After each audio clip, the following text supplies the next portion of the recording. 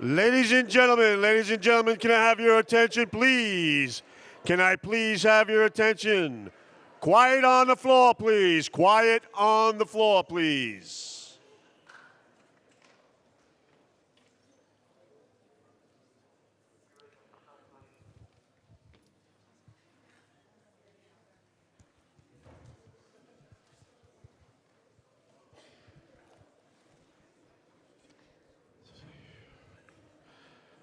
Ladies and gentlemen, today, a record-breaking day today, 25 hearings for our legislative body. A round of applause.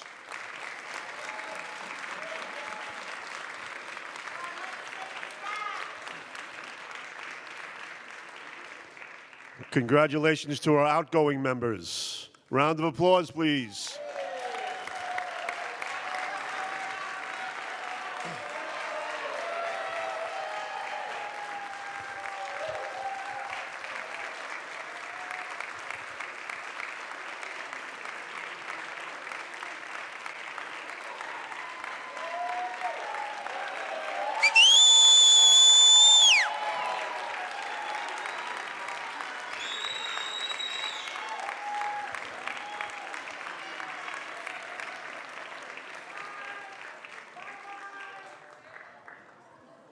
Recording in progress.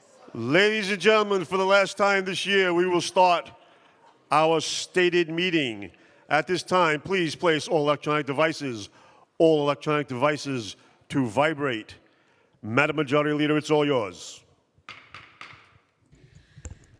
Good afternoon and welcome to the stated meeting of December 18, 2025. I am Majority Leader Amanda Farias and I'd like to thank you for joining us. If you would like to follow along, the agenda for today's meeting is posted on our website.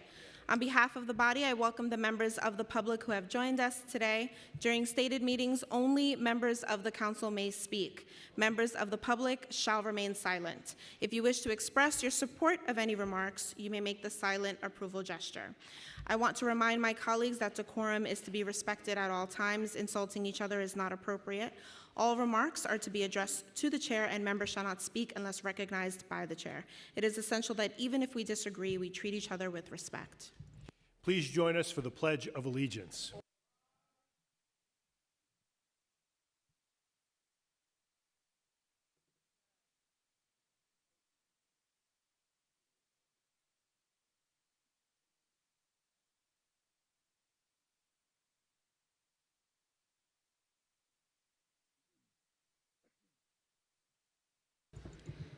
Roll call. Abreu. Present. Aviles. Presente. Ayala. Still here. Banks. Present. Botcher. Here.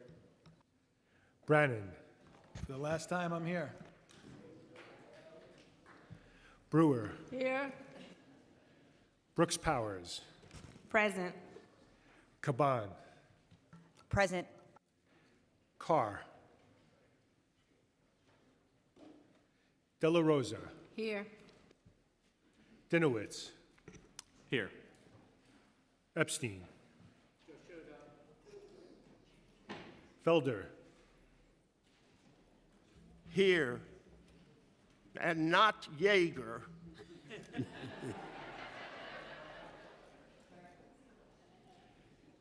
Felice. Here, and not Jaeger either. Gennaro. Here. Gutierrez. Presente. Hanif. Here. Hanks. Holden. Here. Hudson. Present. Joseph. Here. Krishnan. Here. Lee. Here. Lewis. Here. Marmorato. Present. Marte. Present. Mealy.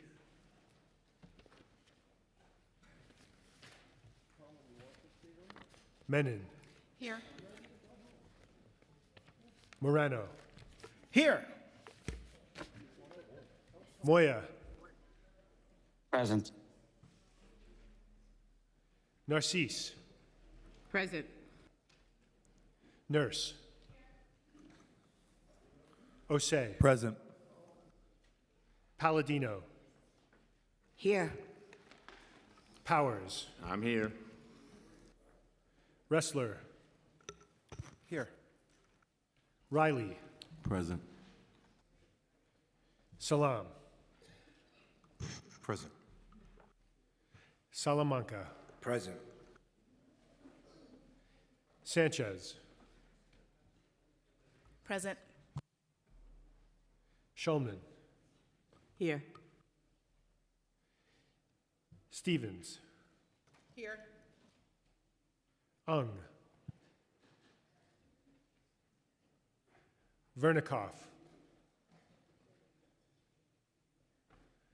Williams. Here. One. Here. Zhuang. Ariola. Sono qui. Farias. Present. Speaker Adams. Present and still the Speaker of the New York City Council.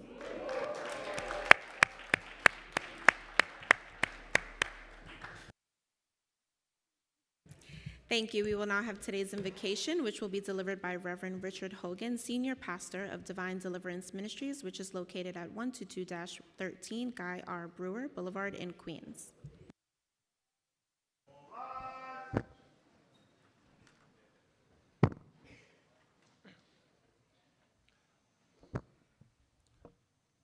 Almighty God, divine source of grace, we gather this afternoon on this 18th day of the last month of 2025.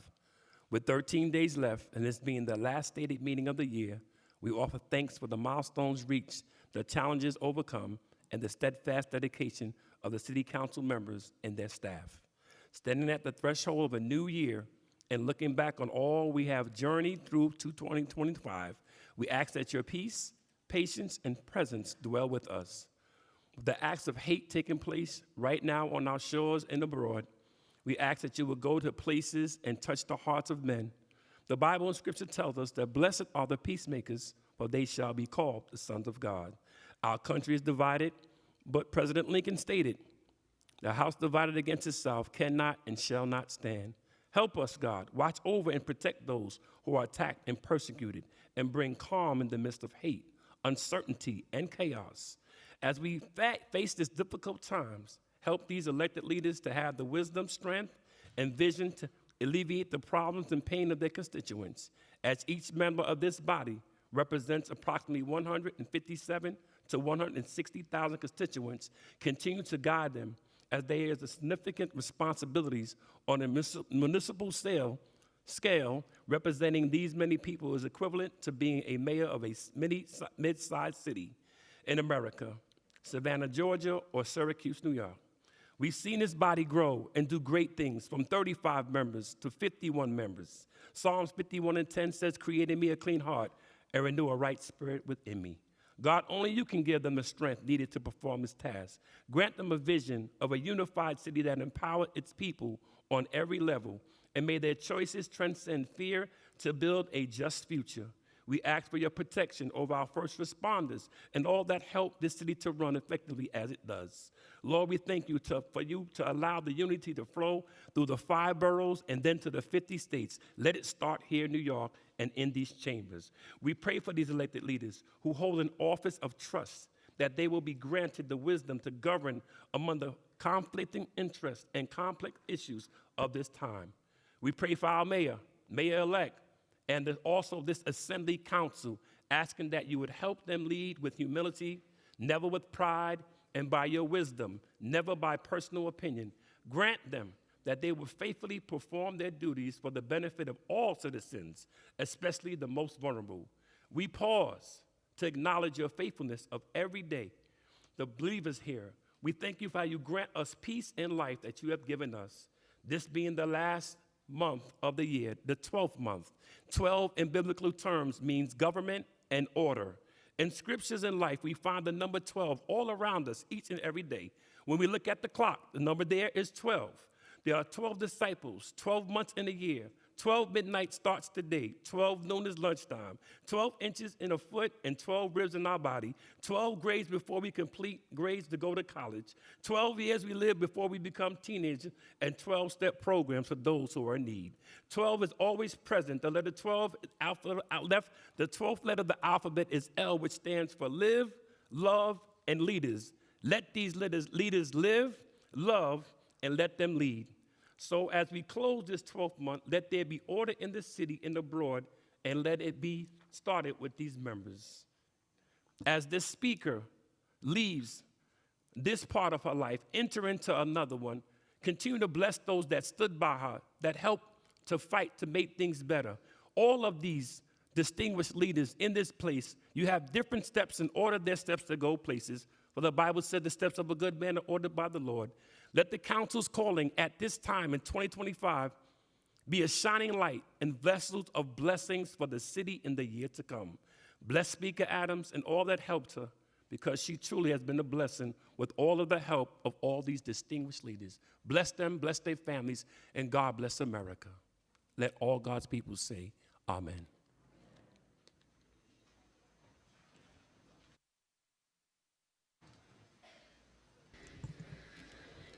Thank you. I would now ask Speaker Adams to spread the invocation on the record. Thank you very much, Majority Leader, and thank you, Pastor Hogan, for that beautiful, beautiful invocation. Pastor Richard B. Hogan, founder and executive director of Brothers Against Killing Each Other, or BAKE BAKE, is a dedicated and selfless leader who has served our communities in Southeast Queens for decades. Through his exemplary commitment, he has helped thousands of young people find meaning in their lives, offering them services and workshops that advance their safety and well-being. As pastor of Divine Deliverance Ministries, he has been the voice of strength and guidance for our youth, seniors, and vulnerable members of our community. I've been honored to have known Pastor Hogan for about 2 decades now as a reverend leader in my own district, the Great 28. We are so grateful indeed for his words of wisdom today as we close out our final stated meeting of the year and of this term. I make a motion, Madam Majority Leader, to spread the invocation in full upon the record. Thank you. We will now ask Council Member Rita Joseph for the adoption of minutes. I make a motion that the minutes of the stated meetings of November 25th, 2025 and December 4th, 2025 be adopted as printed. Messages and papers from the mayor. None. Communication from city, county, and borough offices. None. Petitions and communications. None. Land use call-ups. None. Thank you. We will now have communication from Speaker Adrienne Adams. Thank you very much, Madam Majority Leader, and good afternoon, everyone. As it is our last stated meeting of the term, and for some of us, our last as members, and my final as Speaker, I'd like to say a few words to reflect on our time together over these last 4 years. In 2021, New Yorkers elected the most diverse and first women majority council in our history. And with it, I was honored to be elected as our city's first Black speaker. Our historic representation fully reflected the breadth of New Yorkers' experiences, enabling us to lead differently than our predecessors. When people who have experienced housing insecurity, poverty, working class struggles, and the impacts of racial and gender disparities come together to represent New Yorkers, we are better prepared to address the perspectives and priorities of everyone in our city. By prioritizing women and the working people that make up the backbone of our city, we tackled issues like the housing crisis, inequities in economic opportunity, racial disparity in maternal health outcomes, and the need for crime victim services that have long impacted historically overlooked communities of color. And whether it was opening pathways to economic mobility through CUNY Reconnect, which has now enrolled over 62,000 New Yorkers, the majority of whom There are will be women. silence in the gallery. Sergeants, please remove the member of the public that is interrupting the stated meeting.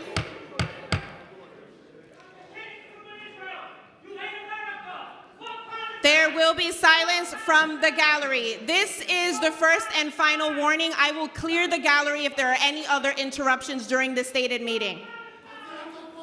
Please remove that member of the public as well.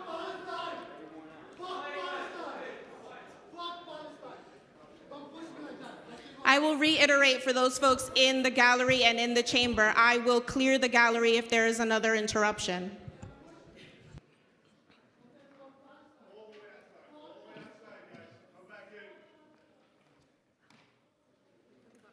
Our historic representation fully reflected the breadth of New Yorkers' experiences, enabling us to lead differently than our predecessors. When people who have experienced housing insecurity, poverty, working class struggles, and the impacts of racial and gender disparities come together to represent New Yorkers, we are better prepared to address the perspectives and priorities of everyone in our city. By prioritizing women and the working people that make up the backbone of our city, we tackled issues like the housing crisis, inequities in economic opportunity, racial disparities in maternal health outcomes, and the need for crime victim services that have long impacted historically overlooked communities of color. And whether it was opening pathways to economic mobility through CUNY Reconnect, which has now enrolled over 62,000 New Yorkers, the majority of whom are women and people of color, or securing over $8 billion for more affordable housing, home ownership opportunities, and neighborhood investments, we were true to our North Star of centering communities most harmed by inequity. An important legacy of our leadership is not just holding government accountable and legislating solutions to address these inequities, but also incubating innovative new programs that directly address them. Like CUNY Reconnect, we also created New York State's first trauma recovery centers in our city to help Black, Latino, and Asian communities receive the support to end cycles of violence, which is especially important as these communities have historically lacked access to traditional crime victim services. To address the economic and employment barriers that have contributed to a mental health and workforce shortage, we launched the CUNY Social Work Fellows, which will help us improve mental health outcomes. And we created the first city-funded guaranteed income program to help new mothers avoid homelessness, improve maternal health, and reduce child poverty. These have been investments in innovation to confront deeply entrenched inequities. Our city is only as strong as our people, and I'm so proud of how we prioritized New Yorkers over the last 4 years when chaos in this building was all too present. As public servants, it is our responsibility to improve the conditions of our communities, ensuring that all of us can live healthy, safe, and dignified lives. Our city must continue to champion Black, Latino, Asian, and immigrant communities that have not always received equitable priority and uplift the working people who make our city run. The council must continue to move city government to focus on New Yorkers pushed to the margins. That is how we build a city for all New Yorkers. I want to thank all of my council colleagues for their fierce advocacy, service, and support to New Yorkers over these last 4 years. Together, we have provided our city with steady, unwavering, and principled leadership, prioritizing the needs of New Yorkers above everything else. I also want to thank my outstanding leadership team, Deputy Speaker Diana Ayala,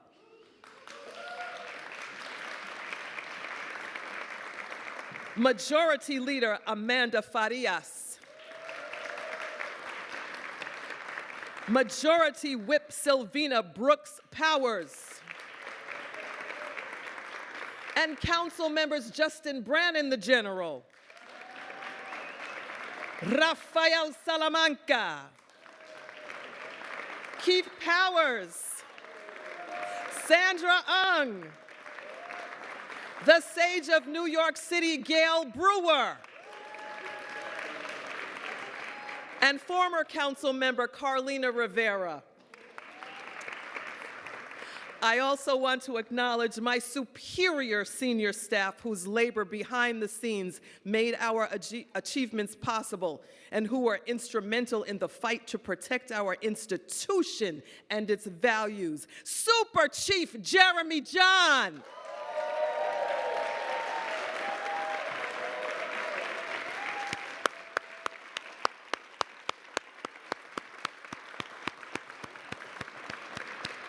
The amazing infrastructure of the City Council, Faiza Ali.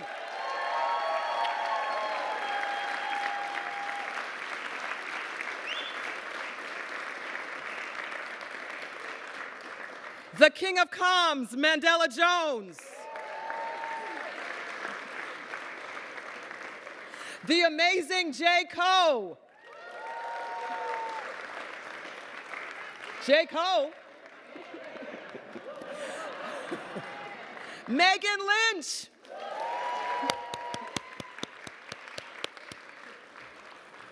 Danielle Castaldi Mika, or DCM. Richard Lee.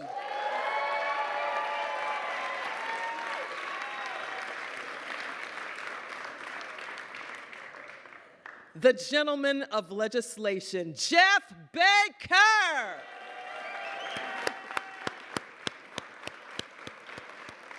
The Lord of Land Use, Paris Strotter.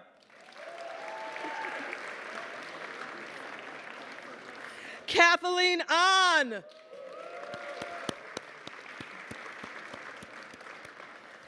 And our jewel of OGC, Jason Otaño.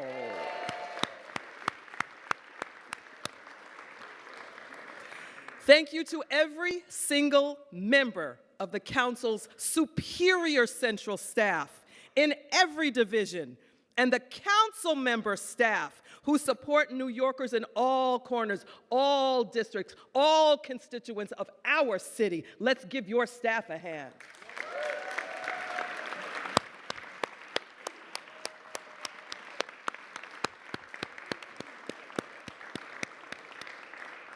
And finally, I want to thank my family who has lovingly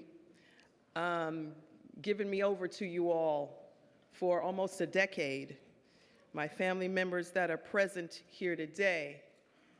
My backbone, his name is Joseph J. Adams. Hi, honey bunny. My sister, Tracy Edie Gaffey. I call these two our sister cousins, Katrina Edie and Pamela Edie. And my amazing one, who has always been my personal assistant, I call her Sissy. Her name is Tamara Ogburn. Thank you all for being with me today. I wouldn't be here without you. I also want to take a moment to acknowledge the New Yorkers that we lost. It seems to be fire season in New York City, unfortunately, and on December 7th, a 66-year-old man perished in a fire in Inwood.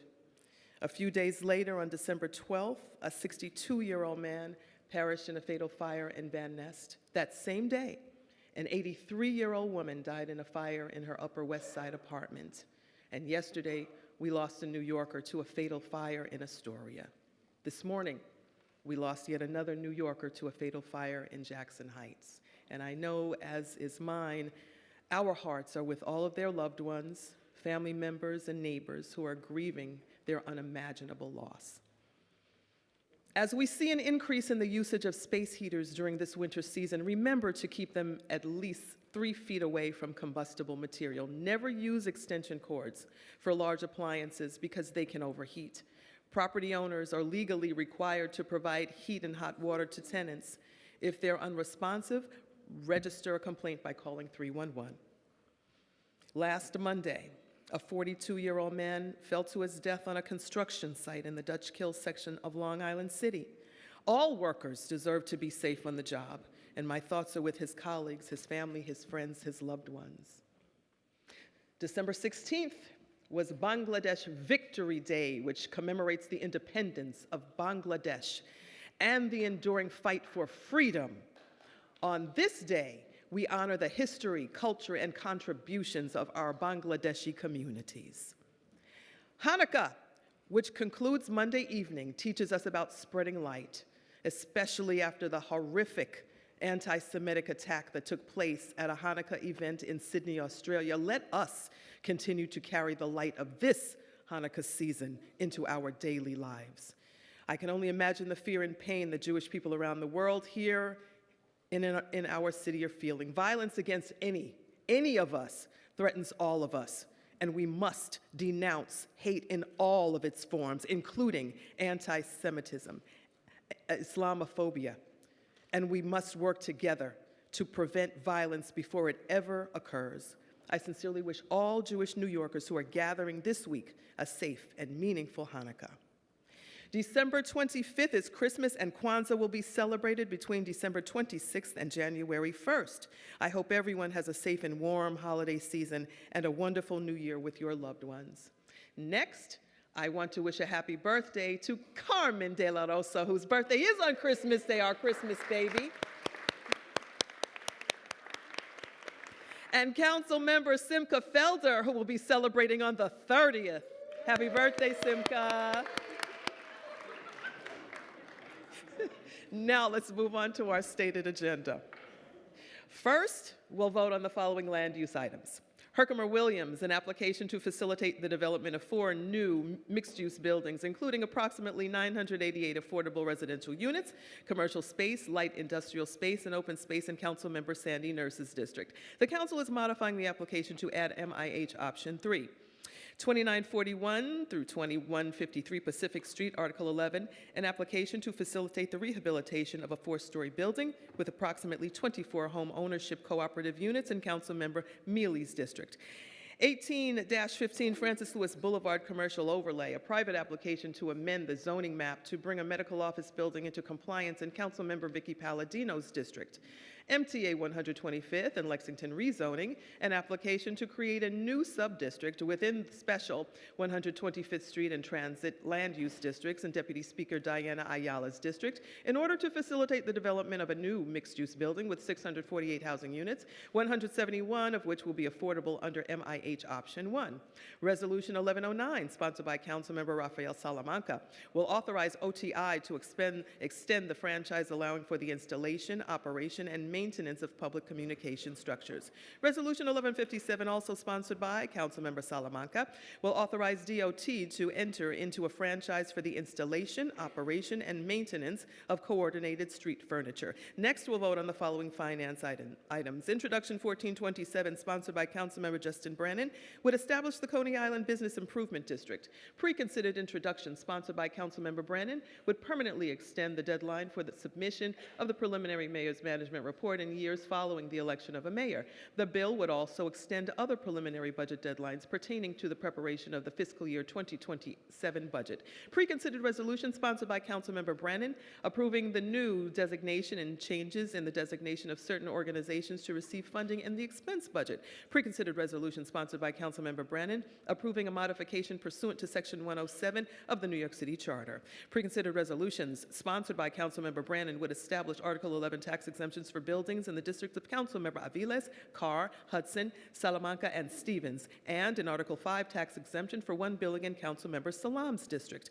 Next, we will vote on the following resolutions. Resolution 842, sponsored by Councilmember Rita Joseph, would recognize March annually as Music in Our Schools Month in New York City. Resolution 82A, sponsored by Councilmember James Gennaro, would support the mission and growth of the Climate Museum. Resolution 649A, sponsored by Councilmember Gail Brewer, would call on the Congress to pass and the President to sign legislation allocating funds for the restoration of the SS United States and for its relocation to New York City.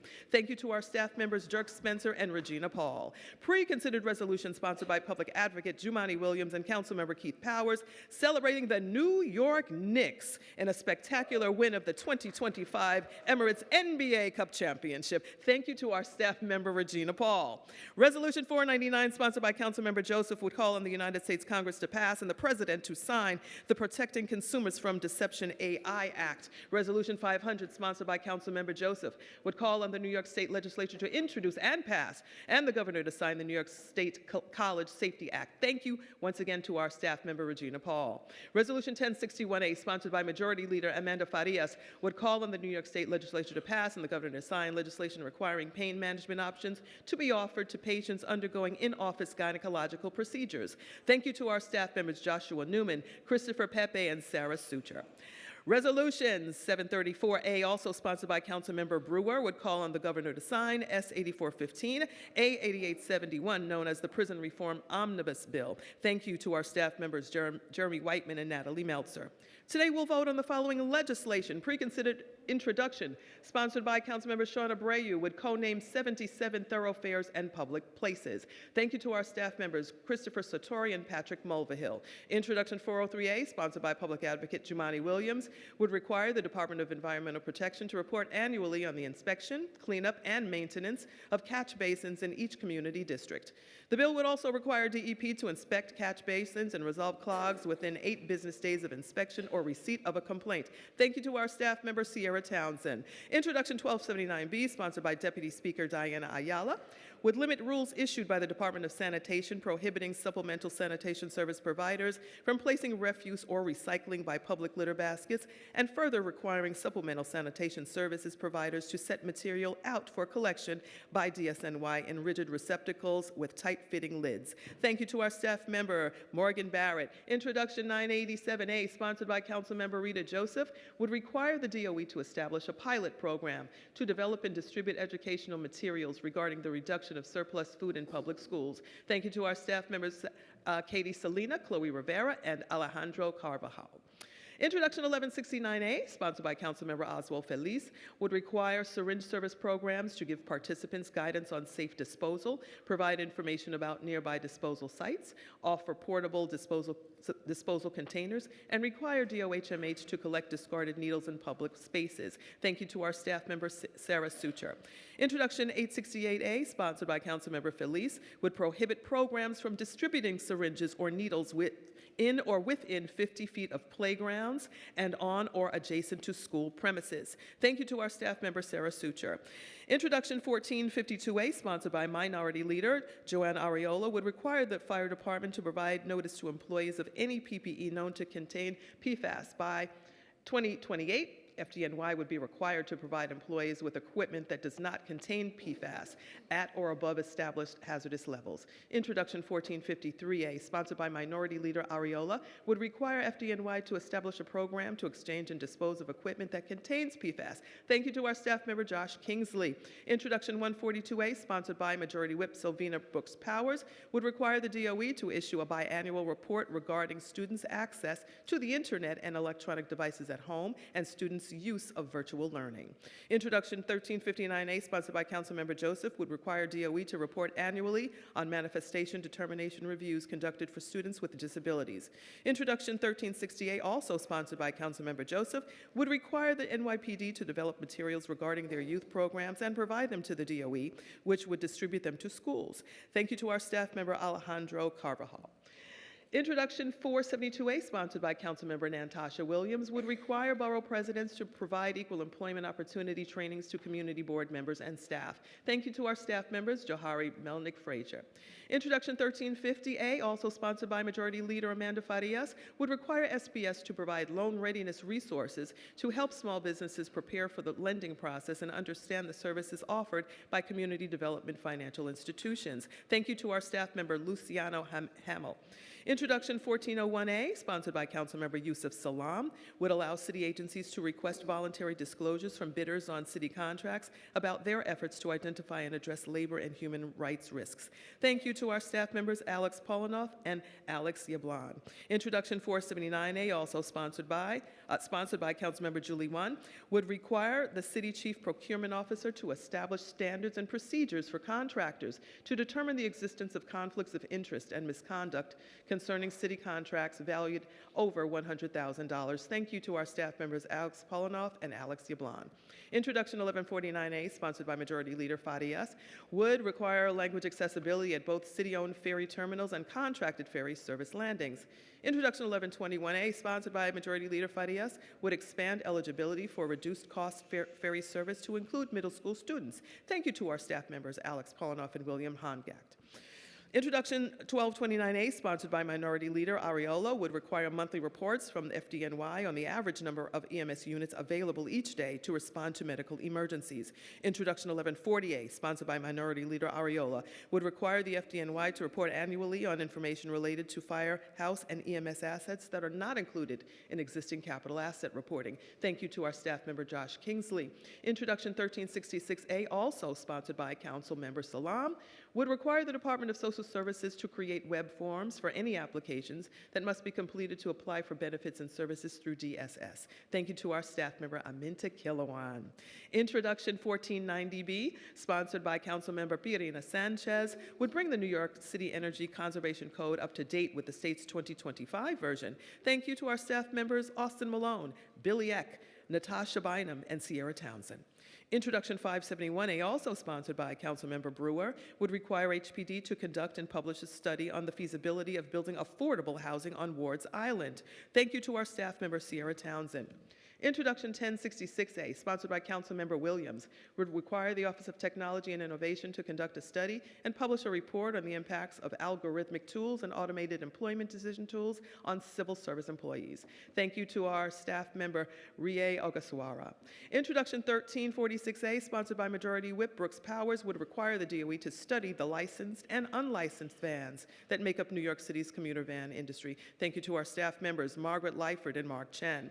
Introduction 276A, sponsored by Councilmember Shekhar Krishnan, would prohibit high-volume for-hire vehicle services from deactivating drivers unless due to just cause, a bona fide economic reason, or if required by law. Thank you to our staff members Ricardo Licia and Mark Chen. Introduction 1000A, sponsored by Councilmember Justin Brannon, would require DOT to establish a pilot program to allow for-hire vehicles to park in commercial parking meter areas. Thank you to our staff members, David Lowenstein, Connor Mealy, and Theodore Miller. Introduction 1233A, sponsored by Councilmember Eric Botcher, would require DOT to build any new medians separating bicycle lanes from motorized vehicle traffic to accommodate the planting of trees and other vegetation. Thank you to our staff members Ricardo Licia and Theodore Miller. Introduction 1332A, sponsored by Councilmember Brannon, would prohibit delivery services from deactivating app-based contracted delivery service workers unless the deactivation is for just cause or bona fide economic reasons. Thank you once again to our staff members Sarah Swain and Natalie Meltzer. Introduction 902B, also known as the Community Opportunity to Purchase Act, sponsored by Councilmember Sandy Nurse, would give qualified nonprofits or joint ventures between qualified nonprofits and other entities a first opportunity to submit an offer and purchase certain residential properties when an owner plans to sell the property before it is placed on the open market. Thank you to our staff members Austin Malone and Billy Eck. Introduction 1120B, sponsored by Majority Leader Farias, would set up timelines for decisions regarding the sale of co-op apartments. Thank you to our staff members Natasha Bynum, Sierra Townsend, Austin Malone, Billy Eck, Dirk Spencer, Jose Conde, and Brad Reed. Introduction 1321A, sponsored by Councilmember Sanchez, would replace the building code of 1968 with a more modern framework. Introduction 1422A, sponsored by Councilmember Sanchez, would update the New York City Fuel Gas Code, Building Code, Mechanical Code, and Electrical Code. Thank you once again to our staff members Austin Malone, Billy Eck, Dirk Spencer, Jose Conde, Natasha Bynum, and Sierra Townsend. Introduction 1412A, also known as the Safer Sanctuary Act, sponsored by Councilmember Tiffany Caban, would bar federal immigration authorities from maintaining offices on land under the New York City Department of Corrections jurisdiction.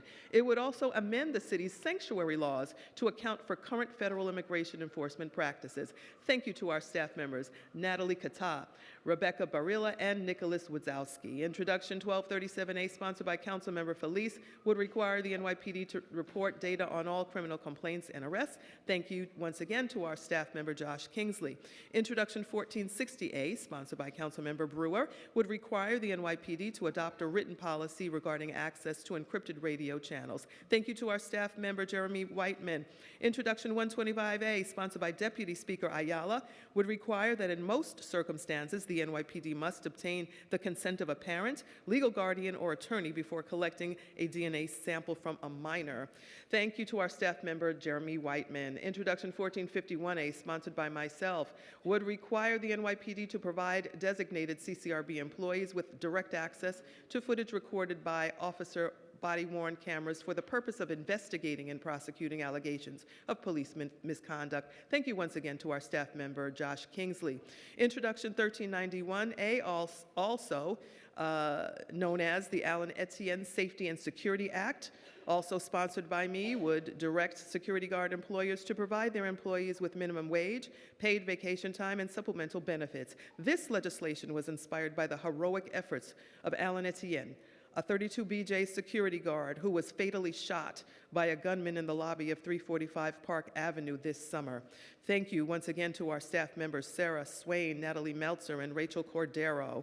Introduction 408A, sponsored by Public Advocate Jumani Williams, would require a division of street vendor assistance within the Department of Small Business Services to assist street vendors. Thank you again to staff members Sarah Swain and Natalie Meltzer. Introduction 1251A, sponsored by Majority Leader Farias, would authorize DOHMH and DCWP to issue license applications to mobile food and general vendors until the licenses issued reaches the capped amount, as not every license application results in a license issued. Thank you once again, staff member Sarah Swain. Introduction 431B, sponsored by Councilmember Sanchez, would make 2,200 additional supervisory license applications available to prospective mobile food vendors annually from 2026 until 2031, and 10,500 new general vending licenses in 2027. It would also expand street vendor training and increase inspections of street vendor setups to ensure compliance with new requirements. Thank you again, staff member Sarah Swain. The following bills were based on work from the Temporary Task Force on Tax Liens. Together, they seek to shift the current practice away from selling tax liens to a private trust and instead toward a city land bank that prioritizes community needs, avoids unnecessary displacement of homeowners, and ensure tax delinquent properties can be returned to productive use. Introduction 1419A, sponsored by Councilmember Nurse, would require the Commissioner of Finance to report annually on properties encumbered by chronically unresolved tax liens that remain unsatisfied for 36 months or more after being sold. Thank you to our staff member, Nick Connell. Introduction 1420A, sponsored by Councilmember Nurse, would require the Commissioner of Finance to require purchasers of tax liens to make best efforts to transfer the liens to the city land bank upon certain triggering events. Introduction 1411A, sponsored by Councilmember Gail Brewer, would require the Commissioner of Finance to notify condominium boards if the Commissioner intends to sell a tax lien on one of its units. Introduction 1407A, sponsored by myself, would authorize the city to sell tax liens past 2028, but only to a city land bank, and add additional protections for primary resident homeowners. Introduction 570B, sponsored by Councilmember Brewer, would create a New York City land bank to acquire and manage vacant, abandoned, tax delinquent, and foreclosed properties with the goal of promoting the preservation of home ownership and home equity, prevention of displacement, and putting properties to productive community use. Thank you to our staff members Nick Connell and Emra Adev. Introduction 994A, sponsored by Councilmember Lincoln Ressler, would require that by June 1st, 2030, owners of tenant-occupied buildings provide cooling systems capable of maintaining 78 degrees Fahrenheit in rooms which tenants sleep upon the request of the tenant. Thank you to our staff members William Eck, Austin Malone, Jose Conde, and Dirk Spencer. Introduction 910B, sponsored by Councilmember Carmen De La Rosa, would establish a compensation standard and local hiring provision for construction workers on certain housing development projects. Thank you to our staff members Rie Ogaswara and Elizabeth Arts. Our city is experiencing an exodus of working class and middle-income families due to the affordability crisis. The housing bills we're voting on today are meant to ensure that the city's public dollars are used wisely to actually create housing that is affordable and can support working families. My bill will make the dream of affordable home ownership within reach for our families so that they can remain in the city they love. Introduction 1443A, sponsored by Councilmember Sandy Nurse, would require that starting January 1st, 2027, 50% of newly constructed rental units financed by the city be affordable for very low-income households and at least 30% for extremely low-income households. Introduction 1433A, sponsored by Councilmember Eric Dinowitz, would require that starting January 1st, 2027, at least 25% of rental affordable units financed by the city be two-bedroom units and 15% be three-bedroom units. And Introduction 958A, sponsored by myself, would approximately double the production of affordable home ownership opportunities financed by the city by requiring that at least 4% of all newly constructed affordable units be for home ownership. Thank you, Paris Straughter and Ann McCoy, William Vidal, Brian Paul, Deborah Kurtzer, and Caitlin Greer. Thank you all for your attention. Now I turn it back over to our Majority Leader. Thank you, Speaker Adams. We will now move into discussion of general orders, and I'd like to first recognize Councilmember Caban, followed by Sanchez, then Gutierrez. Thank you. Today, I am urging my colleagues to vote aye on Intro 1412, the Safer Sanctuary Act. Our sanctuary laws exist for one reason, and it's to keep people safe. The data is clear. Sanctuary counties are safer per capita than non-sanctuary counties. Because when you drive people into hiding, they don't seek health care, they don't seek public safety officials, they are more likely to be harmed, they become afraid to send their children to school, they're afraid to go to work and participate in our economy, and that makes us all less safe.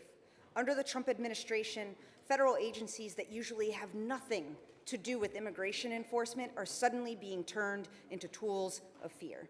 So we must pass the Safer Sanctuary Act to clarify and strengthen our sanctuary laws so that no one can claim confusion or loopholes, regardless of which federal agency is being used for immigration enforcement. The Safer Sanctuary Act also stops ICE from setting up offices inside of our jails. New Yorkers already disappear inside those walls, and they cannot also become a deportation machine. If we succeed in passing the Safer Sanctuary Act, it will be the most significant update of New York sanctuary city laws in nearly a decade, and we need it desperately. We've seen seniors beaten, pregnant mothers shackled, children torn away from their parents, including 6-year-olds ripped from their father's arms. These are kidnappings, they're acts of terror, and they're happening in our city to our neighbors. Fear and terror don't make us safe. Safety comes from community, from solidarity, from fighting for each other, and the Safer Sanctuary Act is a critical tool in that fight. Thank you to the Legal Aid Society, to the Immigrant Defense Project, the New York Immigration Coalition, the New York Civil Liberties Union, and all our co-sponsors and every advocate who came to testify for the Safer Sanctuary Act, even when the Adams administration couldn't be bothered to show up. Thank you to Immigration Committee Chair Alexa Aviles, and thank you, Speaker Adams. Thanks. Recognizing Councilmember Sanchez. Thank you, Majority Leader. We are at a pivotal moment for street vending. And as the daughter and granddaughter of street vendors, I could not be prouder of how far we've come. A week ago, I stood at a rally where street vendors were alongside bodegueros, restaurants, supermarkets, all side by side calling for one thing: to finally fix our broken vending system. That moment matters because it shows how far we've come. When we started, decades-old license caps made legal compliance nearly impossible for most vendors. Enforcement was inconsistent, ineffective, and stakeholders were so polarized that many feared even sitting at the same table. Vendors felt criminalized, brick-and-mortar businesses felt ignored, reform was stalled. But today's bill is more balanced, with broader brick-and-mortar support than ever before. And that's because 431B expands access to licenses, pairing that access with real enforcement, stricter suspension and revocation standards, stronger penalties for unlicensed vending, and new requirements around cleanliness and waste. This is a sea change, and implementation will not be easy. I urge my colleagues to vote aye, and for everyone who was at the table to stay there with us as we implement. Thank you to the Street Vendor Justice Coalition, to Bronx vendors, and especially Mohamed Atia and Karina Kaufman Gutierrez, and all who negotiated to the very end. We did our best, and we did well. To my staff, Maria, Ben, Kim, Gerard, Dylan, Steph, Brenda, MJ, and the former team, and to Speaker Adams and your incredible team, thank you for supporting my endless optimism. And to Majority Leader Farias, thank you for co-priming this with me, and to all the co-sponsors, a supermajority at this point, for giving your political capital to help our cities most vulnerable. Please also support our building code updates and street code naming in honor of Miss Gloria Thomas, a local champion, a leader. Thank you. Recognizing Councilmember Gutierrez, followed by Ressler, then Feliz.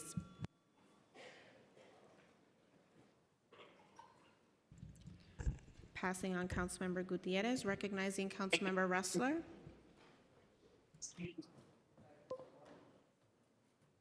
I wasn't quite ready, but I'm ready. I really want to just thank my colleagues in advance for support today on Intro 994. This legislation is groundbreaking. It will allow for every tenant in New York City to access cooling in their homes. Just like we required landlords to provide cooling 107 years ago, provide heating 107 years ago after a coal famine, we are now going to finally be requiring access to cooling for tenants as well, starting in 2030. And that's because extreme heat is the #1 climate killer. 580 people die every single year in New York City from extreme heat. And the most common factor among them is that they lack access to cooling in their homes. This bill will change that once and for all. It will save hundreds of lives a year and create a model framework for other cities around the nation and even around the globe to follow to navigate and mitigate the threat of extreme heat. There was just an extraordinary team that worked on this bill. Most of all, my Chief of Staff, Molly Haley. I really want to thank the council team led by Jeff Baker, CJ Murray, congrats to CJ on his second child, Billy Eck, and many others for their hard work on this.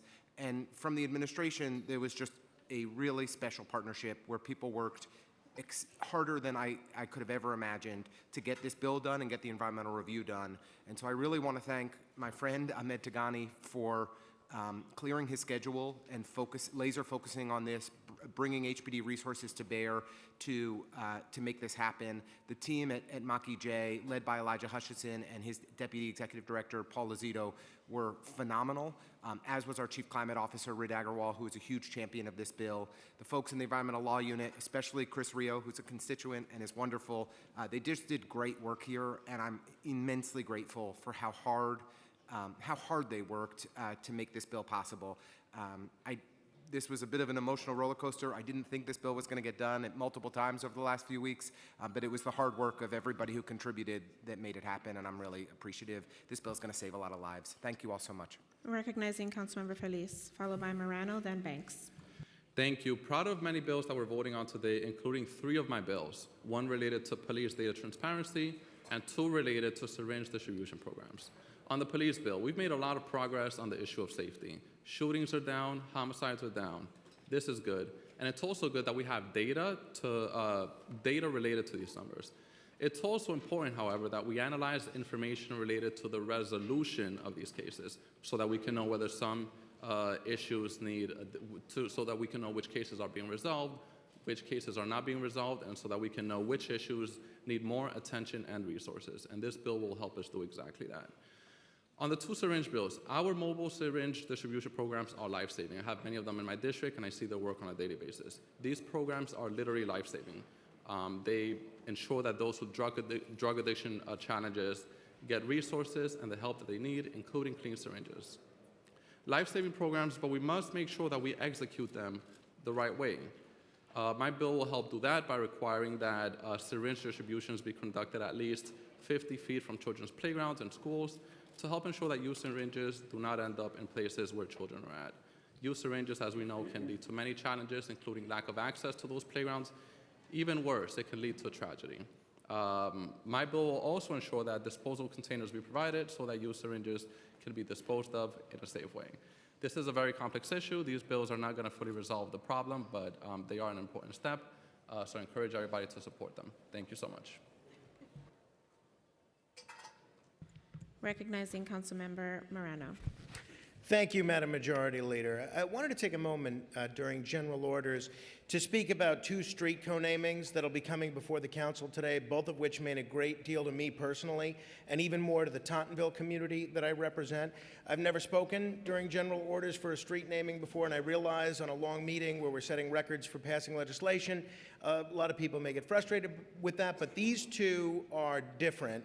And these are the kinds of moments that remind you why public service matters. The first is Chris Walsh. Chris Walsh wasn't really a politician, although he did run for office before. In fact, he ran for my seat. He didn't win. I didn't vote for him. In fact, I managed the campaign for the other guy.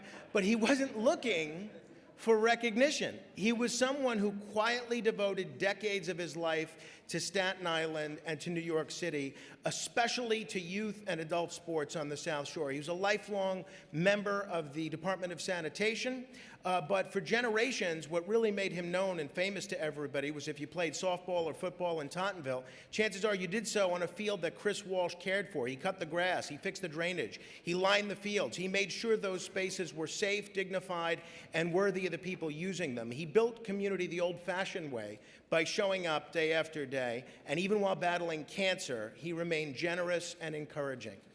The second co-naming honors Staff Sergeant William T. Johnson, a native son of Staten Island, whose story deserves to be remembered far beyond our neighborhood. William Johnson graduated from Tottenville High School, served as a New York City police officer, and then answered his nation's call during World War II. As a radio operator and aerial gunner aboard a B-24 bomber with the 8th Air Force, he flew dangerous missions over Europe. And on July 2nd, 1944, his aircraft was shot down over France while returning from a mission targeting German V weapon sites. He's buried at Normandy, was awarded the Purple Heart, and finally, 80 years later, I'm proud that we'll have a street named for him in my district. Recognizing Councilmember Banks, followed by Salam, then Dinowitz. Thank you, Madam Majority Leader. I want to take some time to speak about 5 individuals who exemplify the very best of the 42nd Council District, who will get the opportunity to have their names adorned in the streets in the East New York community, starting with Monet K. Perkins, a dedicated entrepreneur and local business owner taking from us far too soon. He was a role model for our youth, proving one can achieve great success while remaining rooted in and giving back to their community. Jimmy O'Farrell, a community legend, a world-renowned boxing trainer. By mentoring thousands of amateur and professional boxers from around the globe, Jimmy provided that world-class greatness is born right here in our district. Virginia Burroughs, a longtime Tenant Association president from Essex Terrace, a fierce leader and dear supporter, Ms. Burroughs moved our community forward through her deep love and tireless advocacy for her neighbors. Karina Grant, a former Community Board 5 member and lifelong champion for affordable housing and our seniors. As a former board member of Community Board 5, her skill in navigating complex community issues and her passion for the most vulnerable taught us how to effectively advocate for progress in our district. And finally, Sandy Bender, a former Tenant Association president at Patrick E. Gordon Houses, a true powerhouse in Brownsville. Sandy worked day and night to ensure his residents, shareholders were always heard, respected, and had a seat at the table. And in closing, I want to thank Speaker Adrienne Adams. We want to thank you for your leadership, for your friendship, and for your unwavering commitment, not only to your district, but to this council and the city of New York. We will miss you. We wish you the very best in your next chapter. We love you, and God bless you. Thank you. Recognizing Councilmember Salam, followed by Dinowitz, then Majority Whip Brooks Powers. Thank you, Madam Majority Leader, and thank you, Madam Speaker. Today I want to speak about support for 2 legislations before us that reflect how we govern with both care and accountability. First, proposed introduction 1366-A modernizes access to benefits and services through DSS. For children, for older adults, people with disabilities, and caregivers, paper-based systems and mandatory in-person visits can be real barriers. This bill allows applications to be completed and signed online, and expands the option of telephone interviews while preserving paper submissions and in-person reviews when needed.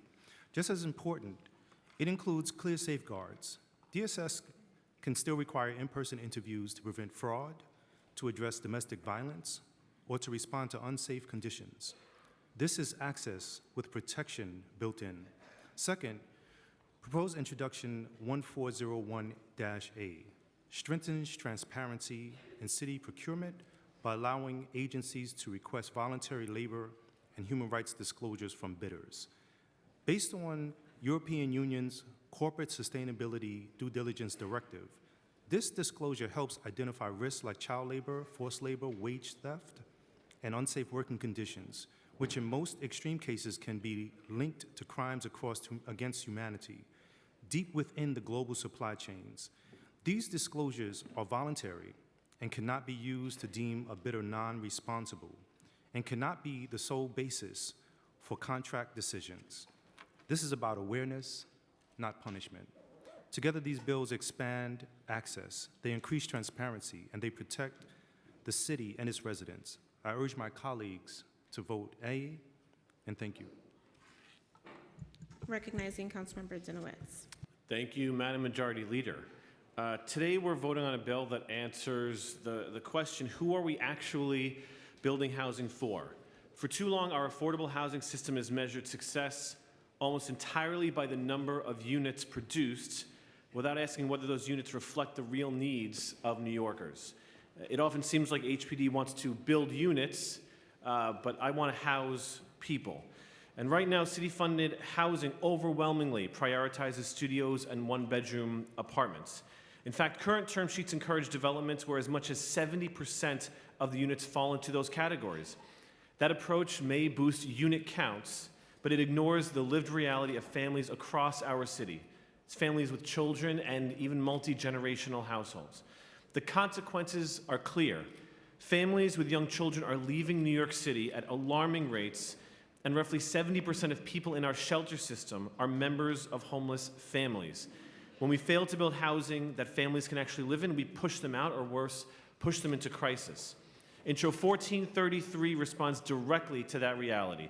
The bill establishes clear, citywide minimums for family-sized housing and projects that receive city financial assistance. This legislation also strengthens the city's fair housing framework by explicitly requiring consideration of the housing needs of families and aging adults, including the availability and affordability of 2- and 3-bedroom apartments and senior housing. This ensures that equity is not just aspirational, but built into our long-term planning. I want to thank advocates, community leaders, and housing experts who made important recommendations to strengthen this bill. Of course, Adam Staropoli, my legend budget director, Jenna Klaus, my chief of staff, William Vidal, Paris Strauder, and Ann McCoy, and the speaker, Adrian Adams, for their support and work on this issue, which we have all been working on for many years. I urge my colleagues to vote yes on Intro 1433A if we want New York City to remain a place where families can stay, grow, and thrive. Recognizing Majority Whip Brooks Powers, followed by Council Members Brewer, Joseph, and Krishnan. Thank you. I speak today in support of Introduction 142 and Introduction 1346, two bills that reflect our responsibility as a council to govern with data, equity, and lived experience at the center of our decisions. Intro 142 addresses the digital divide facing our public school students. While we've made progress since the pandemic, too many families still lack reliable internet access or functional devices at home. That reality undermines learning during snow days, emergencies, and hybrid instruction, and it disproportionately impacts low-income communities. This bill requires the Department of Education to regularly report on student access to internet and devices, incorporate parent and guardian feedback, and critically make recommendations to reduce these barriers. It ensures we are not just identifying the problem, but actively working towards solutions. Introduction 1346 focuses on commuter vans, a transportation mode that fills real gaps in our transit network, especially in communities where buses and subways do not meet demand. Despite how heavily these vans are relied upon, the city lacks a comprehensive understanding of where and how they operate. This bill directs the Department of Transportation to conduct a thorough study so future policy decisions improve safety, coordination with public transit, and curb management without disrupting a system many New Yorkers depend on. Finally, I'd like to thank Speaker Adams, Chair Joseph, the committee staff of the committees on education and transportation and infrastructure for all of their tireless work in making these important bills possible. I urge my colleagues to vote yes on Intro 142 and Intro 1346 and continue our shared work toward a more equitable and responsive city. Recognizing Councilmember Brewer. Thank you very much. I have 4 diverse bills. Intro 570. This is a tax lien reform package, and this bill establishes a New York City land bank to acquire vacant, abandoned, and tax delinquent properties to facilitate development of affordable housing and other productive uses. I want to say that I know that there have been challenges about this bill from the Department of Finance, but I believe that unlike the current tax lien system, where properties go to the highest bidder regardless of intended use, this bill will establish a hierarchical ranking of priorities that I mentioned earlier for the use of real property upon disposal by the land bank. And I don't think that we will be losing revenue as a result. The prompt resolution of unpaid city taxes and timely collection of city taxes remains essential. Intro 1411 is also part of that package. It requires the Department of Finance to notify condo boards if the department intends to sell a tax lien on a unit within the condo. And I want to thank Emery, IDEV, and certainly Nick Connell, and from my staff, the awesome Sam Goldsmith, for their work on this bill. Intro 571 initiates a study on the feasibility of building affordable housing on Ward's Island, assessing factors like cost, restrictions, and potential scale. Thank you, Sierra Townsend. And please tell Lincoln Wrestler that it is not part of Randall's Island. Intro 1460, beginning in 2023, the NYPD began transitioning all department radio communications to encrypted channels, removing all public access to the frequencies. Members of the press objected, as they should, particularly the photographers, arguing that access is vital to the public interest. Intro 1460 restores access for credentialed journalists. Thank you to Jeremy Whiteman and Josh Kingsley, and again, Sam Goldsmith from my office. Thank you. Recognizing Councilmember Joseph, followed by Krishnan, then Vernikoff. Thank you, Majority Leader. Today we're talking about Intro 987, a local law establishing a pilot program to develop, distribute educational materials on reducing surplus food in public schools. Second bill is Intro 1359, requiring New York City Public Schools to report annually on manifestation determination reviews for students with disabilities. Transparency in this process is critical, ensuring accountability and equity and protection of students' rights. And the third one is to make sure that NYPD to develop materials for youth to provide to New York City Public Schools. As the chair of the Committee on Education, I work closely with colleagues and my dedicated team to strengthen both educational experiences for our students and the environments which they learn and grow. These bills reflect that ongoing commitment. They expand access to information, promote equity, and center inclusion and compassion for every student and young person in New York City. I'm deeply grateful for my team, Council Central staff, and advocates who work tirelessly to bring these bills across the finish line, asking for colleagues to support. Thank you. Recognizing Councilmember Krishnan. Thank you so much, Majority Leader. I'm proud that our City Council is standing up today against Uber and Lyft. Today is a new day for drivers of our city, some of our most essential workers who keep this city moving. Drivers last night were ending their shifts at 2, 4, or even 6 a.m., but they knew they'd be going to sleep and waking up to the future they deserve.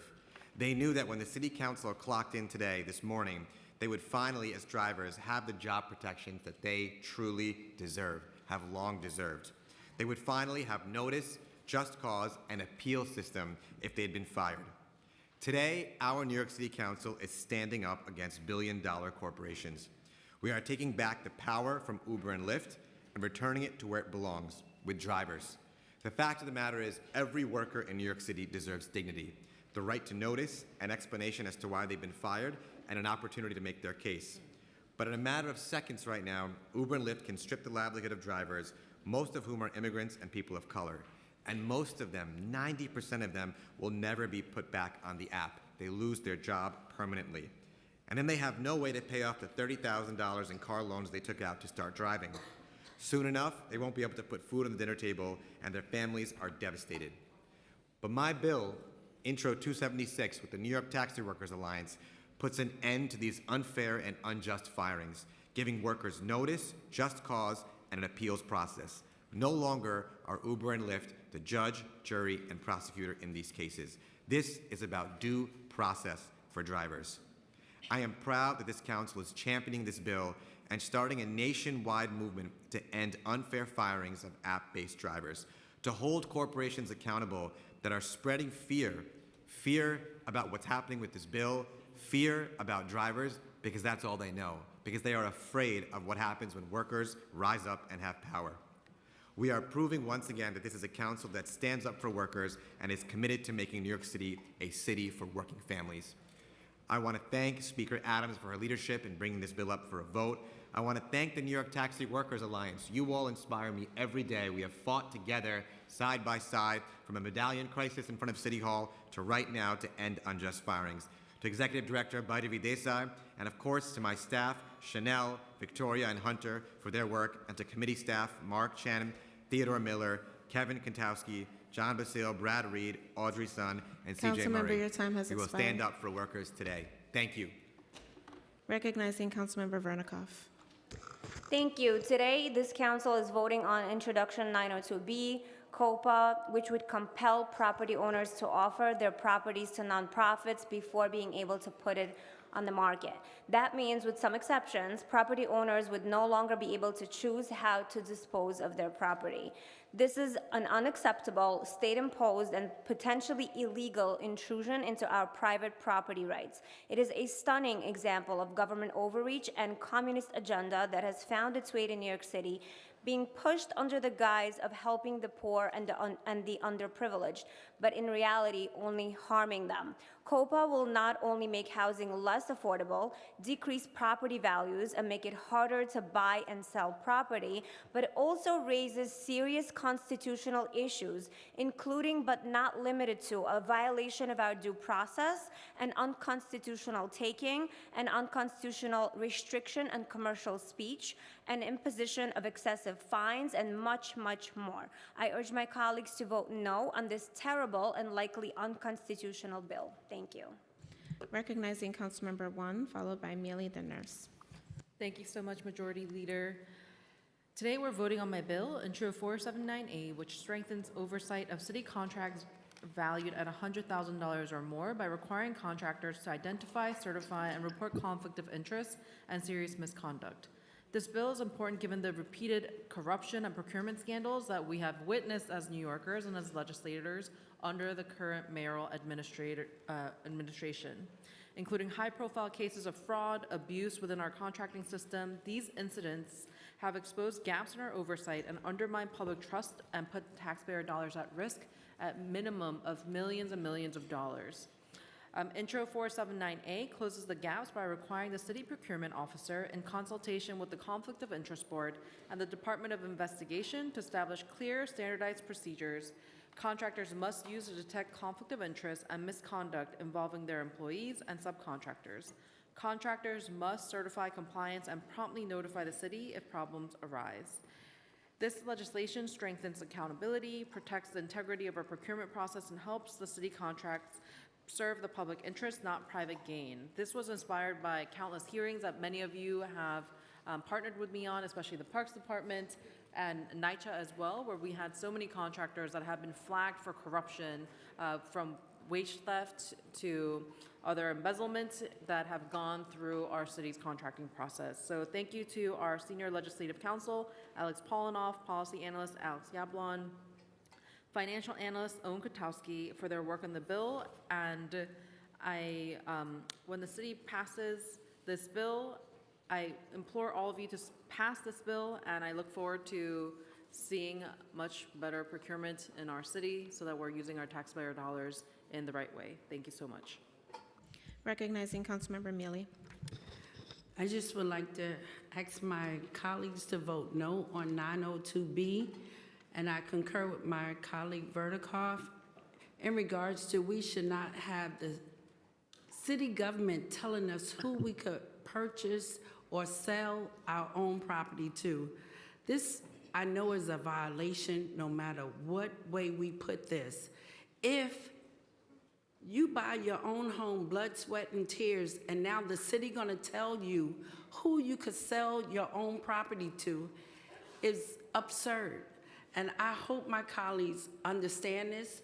Maybe when years from now, when your children wanna sell their home to their child, they cannot do it. They have to go through HPD or give it to a nonprofit, in which we don't know, half of the nonprofits have violations. They are not good actors anyway.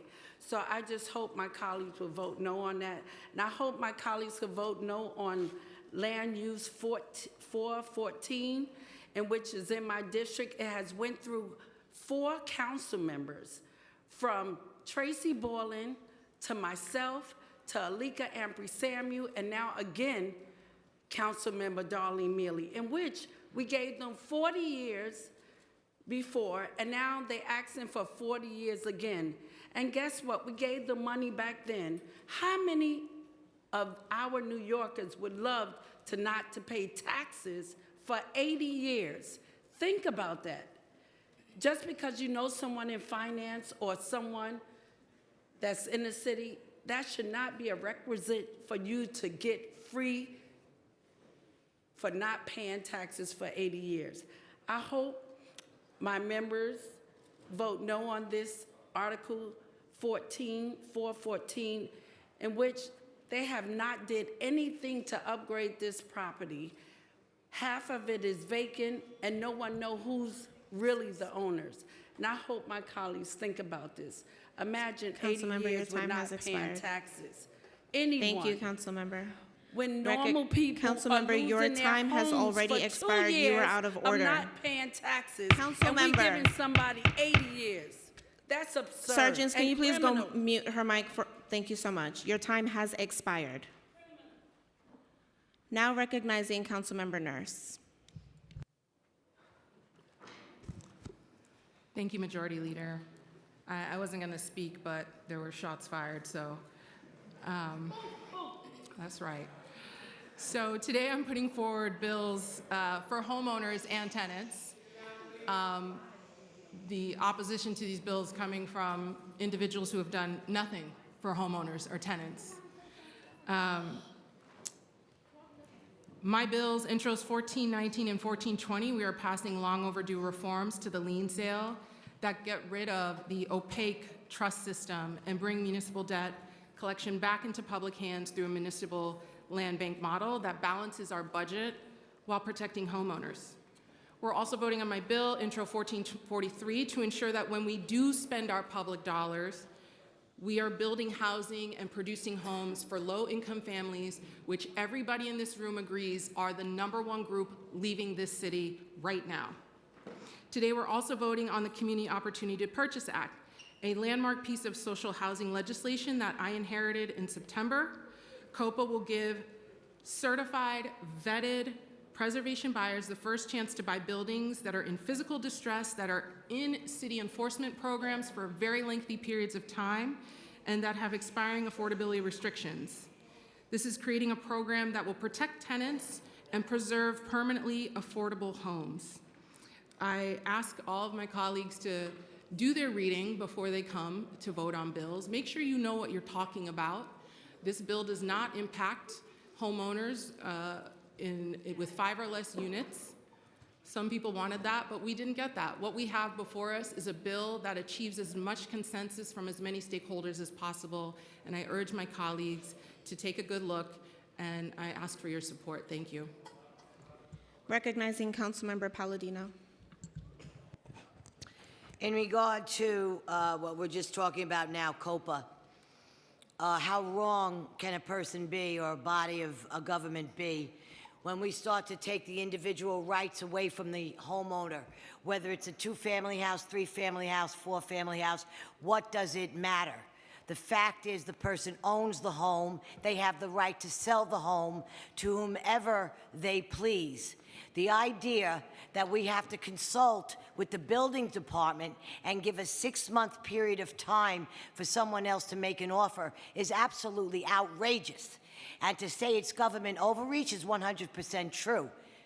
This is absolutely maniacal. I do not understand how this body works when it comes to individual citizens of this city.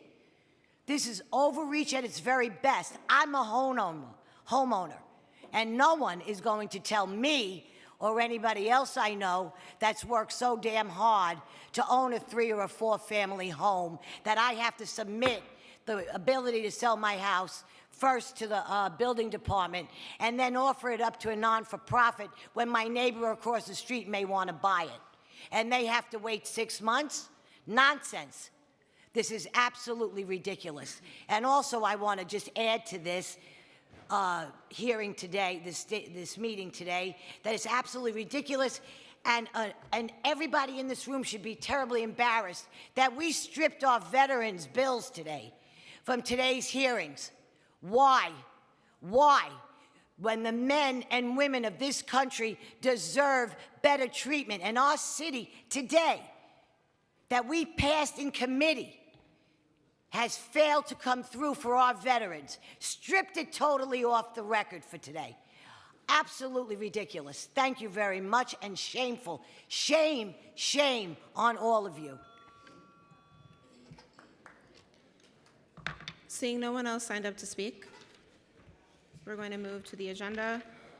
Report of special, apologies, recognizing Deputy Speaker Diana Ayala. No, thank you so much, and I'm sorry I raised my hand a little bit late. I just wanted to chime in on the whole COPA conversation and kind of share my 2 cents, because I think people are, mistaking what the intent of this bill is. This bill is not intended to take over and to take anybody's property, but there are properties that exist in some of our communities that are already in distress that sometimes the city is already putting into like third-party transfer programs, and someone could come in and they'll bid on it that we don't know, that's not from our community, may not have the best intentions, and so I just want to clarify that in my district, I have a number of nonprofit organizations that had the foresight to acquire a number of buildings that fall into this category many, many years ago. And it was because of that foresight that we were able to avoid a full-on, gentrification wave that came our way many years ago, because those nonprofits have preserved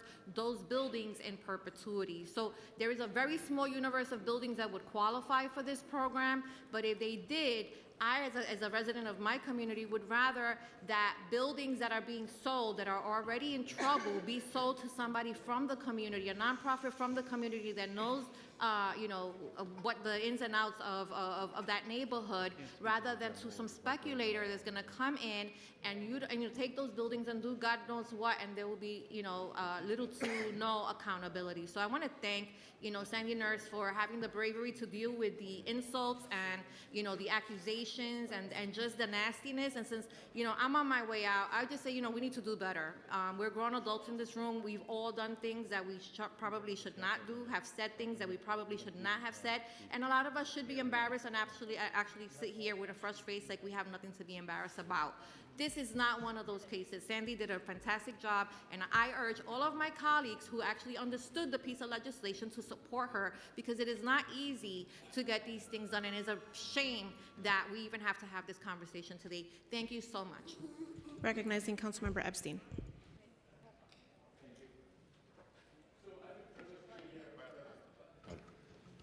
I've been privileged to be here for 2 weeks, and I have to say, if you think about the issues that affect working class New Yorkers, today is the day to be proud of.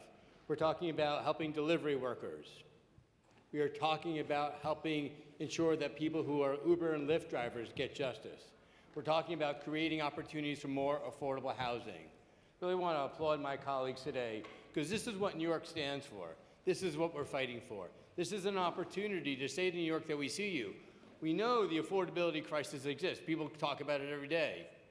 But these are real ways to manage that, to keep people in affordable homes, to fight for working class jobs, and fight for our community. That's what I see happening on this agenda, and that's what we should be proud of. And there are going to be naysayers. In every legislative body, there are going to be people who say, you know what, this is not going to have the outcome. Well, the opportunity here is to create those messages. I live in a district that's, I've lived in it for decades, that have been gentrified around me.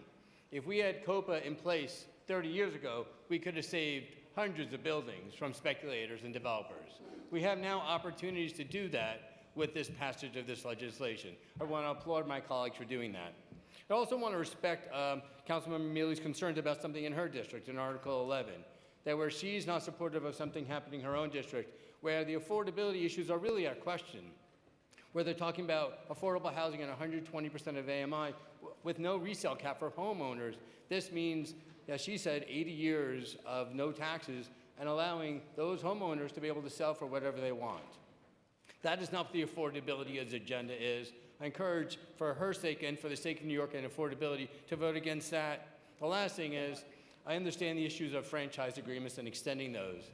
But in a moment in the end of session where there's lots of issues on the table and there's not a lot of transparency, I have deep concerns about moving that issue forward today. I would encourage my colleagues to look at Resolution 1109 and 1157 and encourage them to vote against those resolutions. Thank you, Councilmember. Seeing no one else signed up to speak, we will move along with the agenda. Report of special committees. None. Reports of standing committees. Report of the Committee on Civil Service and Labor, Intro 910B, City Assisted Housing Development Projects. Amended and coupled on general orders.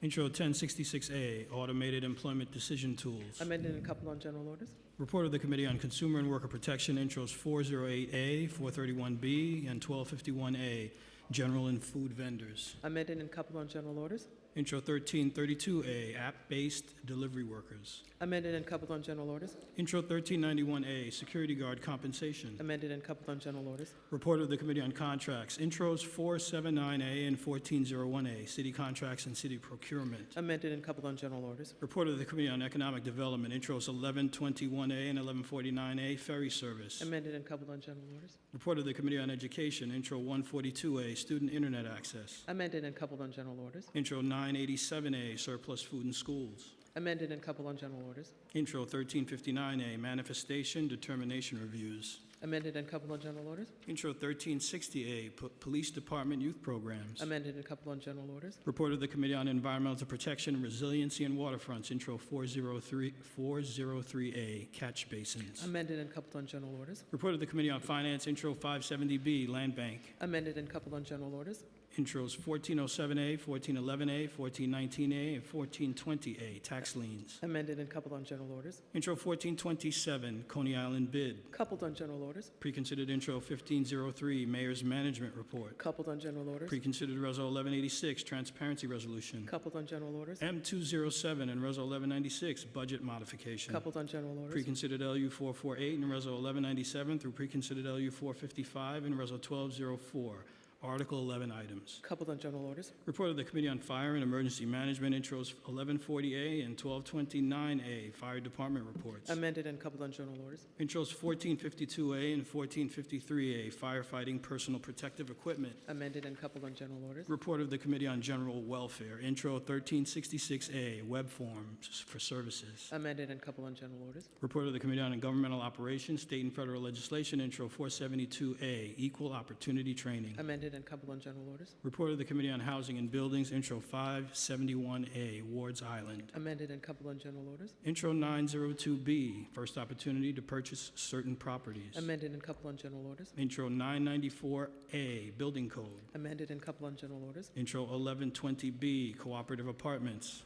Amended and coupled on general orders. Intros 1321A and 1422A, Building and Construction Codes. Amended and coupled on general orders with message of necessity. Intro 1490B, Energy Code. Amended and coupled on general orders. Report of the Committee on Immigration, Intro 1412A, Immigration Enforcement Practices. Amended and coupled on general orders. Report of the Committee on Land Use, Intros 958A, 1433A, and 1443A, Affordable Home Ownership Opportunities. Coupled on general orders. Resolutions 1109 and 1157, various franchises. Coupled on general orders. LU 414 and Reso 1205, 2149, 2153 Pacific Street. Coupled on general orders. LUs 434 through 438 Herkimer Williams. Approved with modifications and referred to the City Planning Commission pursuant to Section 197 of the New York City Charter. LU 439 and Reso 1206, 1815 Francis Lewis Boulevard Commercial Overlay. Coupled on general orders. LU 447, Ladiv. Coupled to be filed pursuant to letter of withdrawal. Report of the Committee on Mental Health, Disabilities, and Addiction, Intros 868A and 1169A,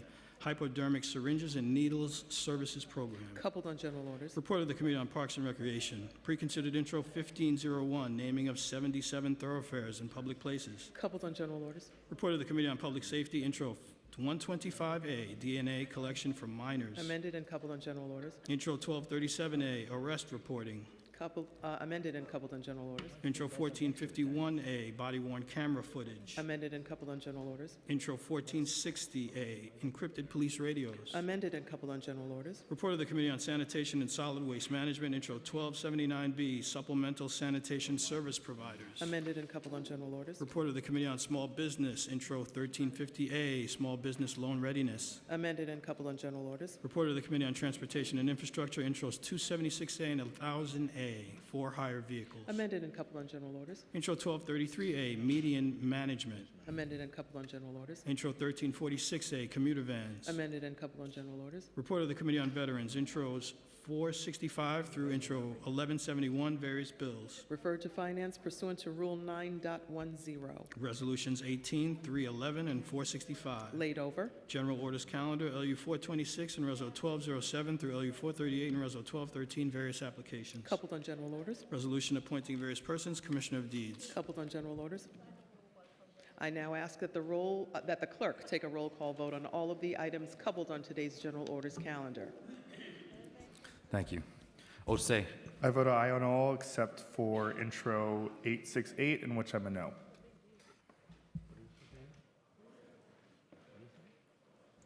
Thank you.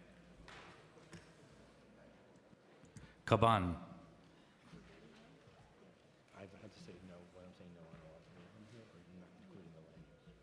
Aye, thank you. I vote aye on all with the exception of intros 868A and 1433, on which I vote no. Thank you.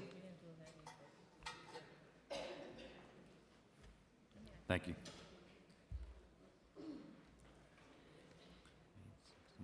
Wrestler.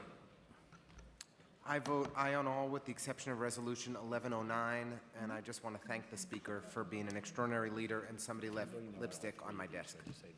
Thank you.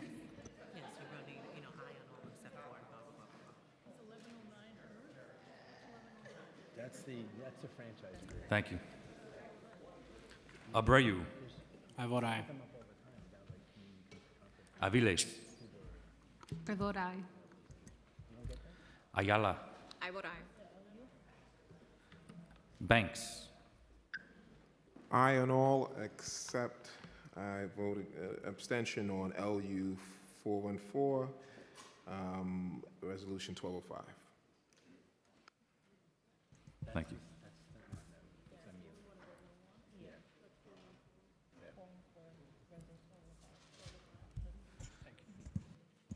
Botcher. Abstain on 1433 and 1443, and aye on the rest.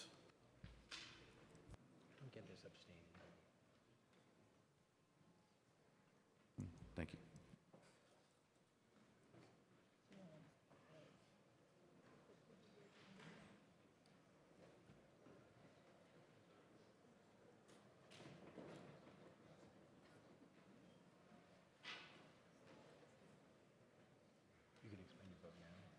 Brennan. Aye. Brewer.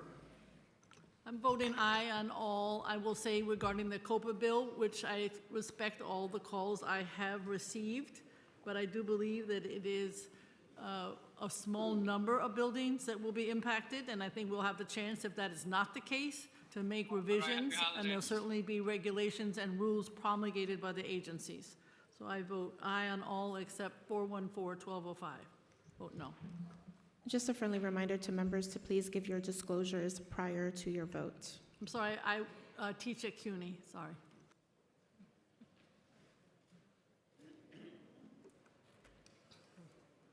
Thank you. Brooks Powers. Permission to explain my vote. Permission granted.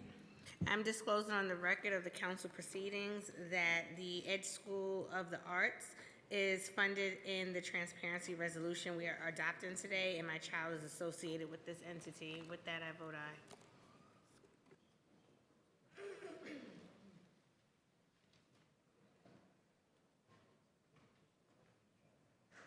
Thank you. Carr. De La Rosa. Permission to explain my vote. Permission granted. Thank you. It's been an honor to serve as the labor chair in this council under the leadership of our history-making speaker, Adrian Adams. Together, we have uplifted working people across our city, and today we continue to make history as we finally pass the Construction Justice Act. Many New Yorkers who build affordable housing cannot afford to live in it, and today we are delivering for those workers a bill that will give them a combined minimum wage and an essential benefits package of at least $40 an hour, with no less than $25 of this package being in wages, as well as a local hire component and a plan so that New York City residents benefit the most. As we move towards a new era in New York City with ambitious housing goals, we must center the dignity and care of the workers who help us achieve them.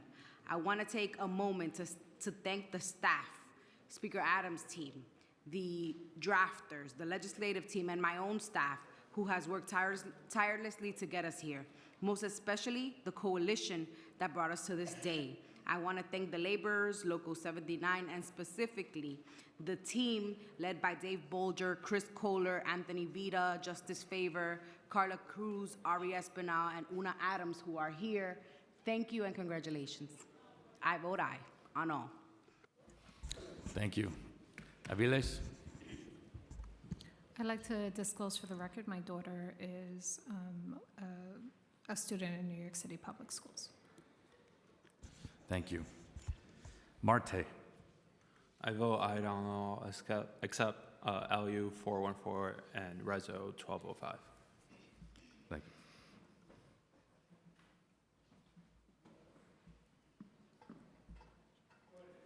you. Dinowitz. Permission to explain a vote? Permission granted. Thank you. I just want to take a moment to thank two legislators here, Majority Leader Farias on 1120, who was really trying to address an issue that exists in some co-ops and really took the time to listen to members of my community to really tailor the bill to weed out the bad actors and not really impact most of the co-op boards, most every co-op board, especially in my district, that are doing the right thing and just trying to be good volunteers, because that's what they are, volunteers. So I want to thank her for taking all the time and energy and input into this bill. I'm obviously voting yes.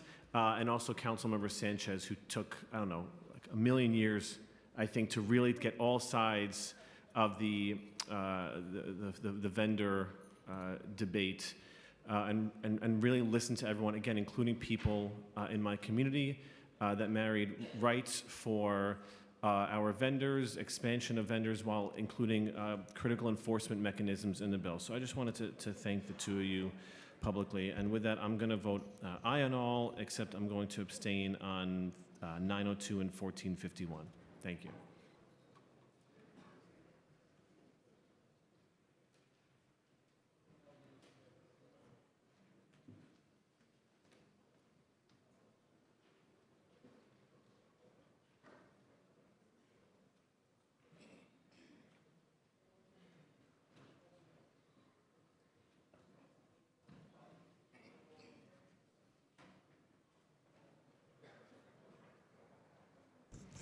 Epstein.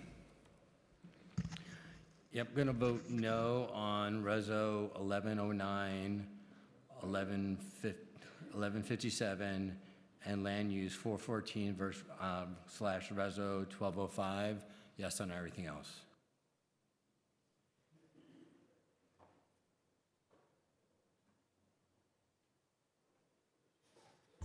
Thank you. Felder. Yeah, I'm sorry. I want to apologize to my colleagues. I have a long list. I'm aye on everything. Are you ready? I'm on a no. Do you want the sheet of paper, or do you want? You can bring it up afterwards. Huh? I have to say it? Okay. Yes, yes, Councilmember. Thank you. Okay, no problem. We have a team of 3. We're good. Okay. I'm a no on 1451, 1443, 1000, 1401, 902, 431, 1251, 1460. These are the lotto numbers, by the way. 1332, 1412, LU 414, 276, 1109, and I abstain on 1501.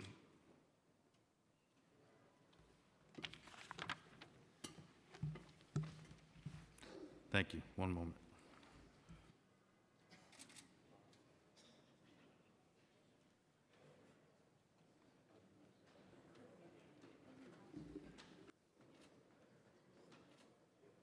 Feliz.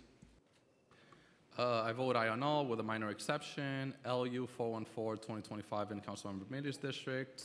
Vote no on that one.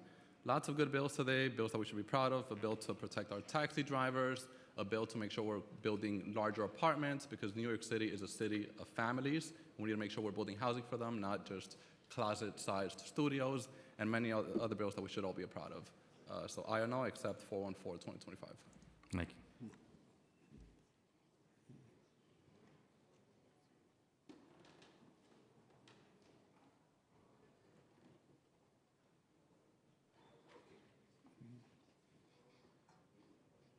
Thank you. Just one moment.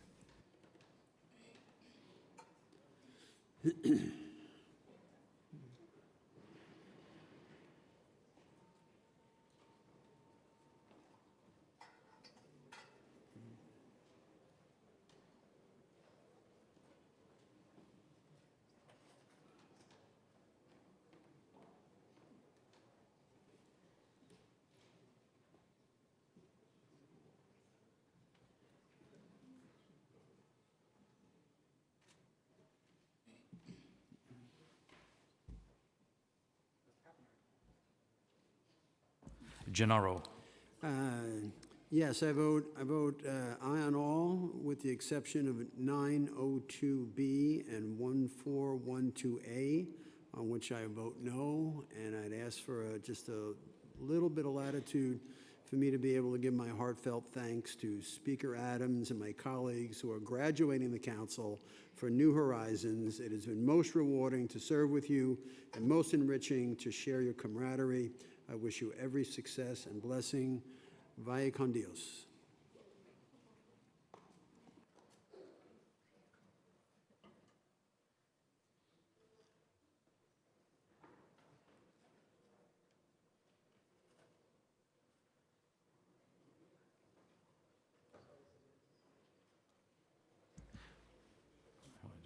Gutierrez. I vote aye on all except 868, for which I am abstaining, and congrats to all the Progressive Caucus members who passed bills today.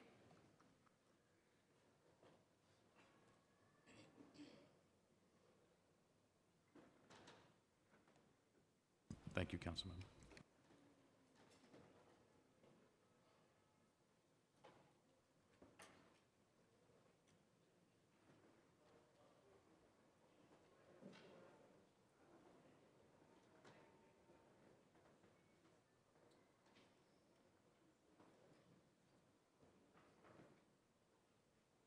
Hanif. Aye on all. Hanks.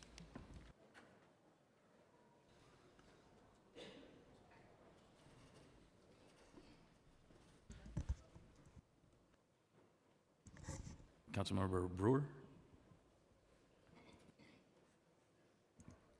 I just want to change to Resolution 1109 is a no. Thank you. Thank you, Councilman. Holden. Aye on all except, and here's a list, Intro 1443, LU 414, Intro 570, Intro 1407, Intro 1420, Reso 1186, Intro 1000A, Intro 1401, Intro 902B, Intro 994A, Intro 1451, Intro 1412, Intro 1391, Intro 431, Intro 1251, Intro 1332, Intro 1233, of which I vote no. I think I beat you on that one. Right? All right. Thank you. I don't mind. I beat you on that. Hudson. Yeah, but you didn't abstain on anything. No, I don't like to do Permission to explain my vote. Permission granted. Thank you. I'd like to congratulate all of my colleagues who've passed legislation today, and I'd like to thank everyone in Central staff for making a day like today happen. And I'd like to especially shout out Council members Pirina Sanchez, Lincoln Ressler, Carmen De La Rosa, and Sandy Nurse for weathering so many storms in order to move consequential legislation such as the Street Vendor Reform Package, the Cooling for All Bill, the Community Justice Act, and the Community Opportunity to Purchase Act. Each of you, as well as your indefatigable teams, excuse me, it's late, listened to feedback, made amendments to address concerns, and put up with misinformation being spread about common sense bills that will have a positive impact on so many lives. I'm proud to call you all colleagues, and to Councilmember Nurse, who has even had individuals come to her private home to protest the COPA legislation, I say, good, Sandy, good. I proudly vote aye on all, and I'd like to disclose on the record that I'm a member of the Brooklyn Botanic Garden, which is being funded in today's transparency resolution. Thank you.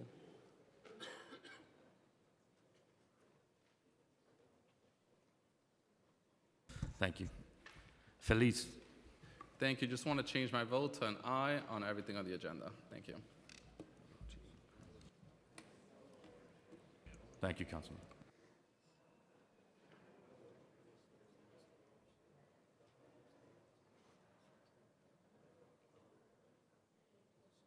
Joseph. Aye on everything except I abstain on Reso 1109 and Reso 1157. I abstain on both.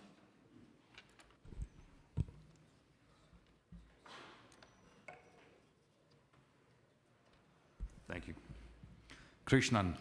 First, I want to disclose that we are funding the New York City public school system, and both my children are students in New York City public schools. I'd like to abstain on intros 1433 and 1443. Vote no on intro 1120, and I vote yes on everything else with an enthusiastic yes for intro 276 to end the unfair deactivation of drivers. Driver power, union power.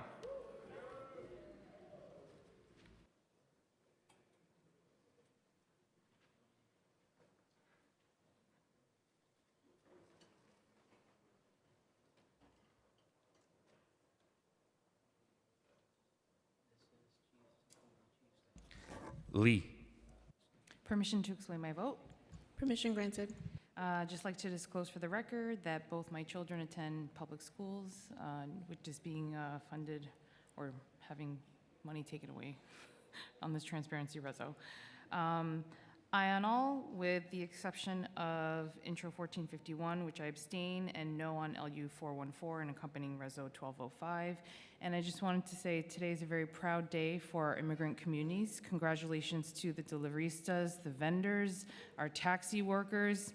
I know this fight has been going on for many, many, many, many years, and kudos, congratulations to all my colleagues that have passed these bills, and congrats, Sandy Nurse, for your bill and for fending off a lot of the misinformation, so thank you. Recognizing Councilmember Joseph for her disclosure. Thank you. I'd like to disclose on the record that my child is a student in the New York City Public Schools that's being funded in this transparency reso. Thank you, Majority Leader.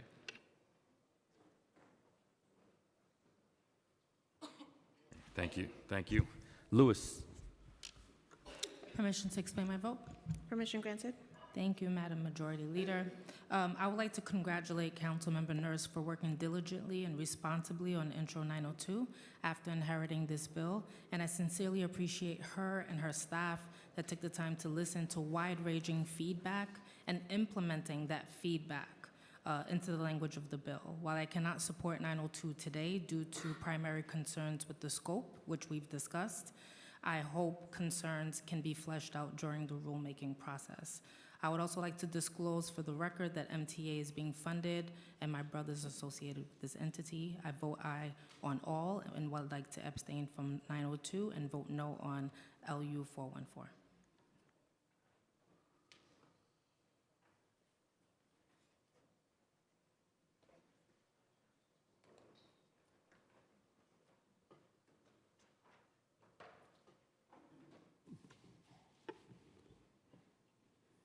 Thank you. Marmorato. I'd like to disclose for the record that my husband works for the Board of Elections. And Councilmember Holden, I think I have you beat on this one.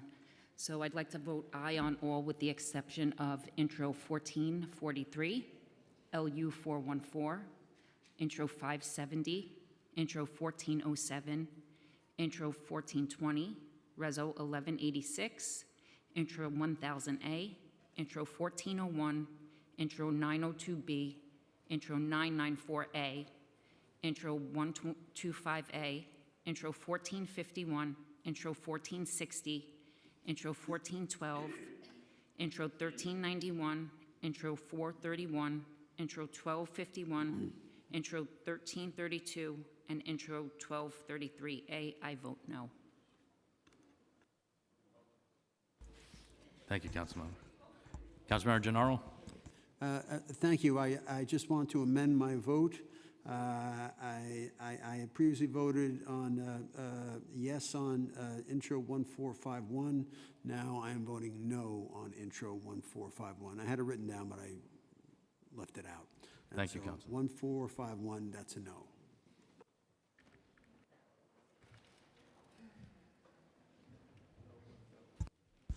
Thank you. One moment.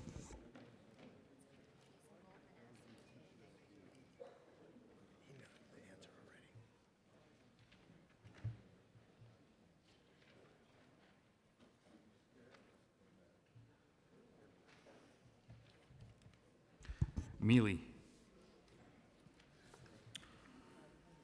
Pass.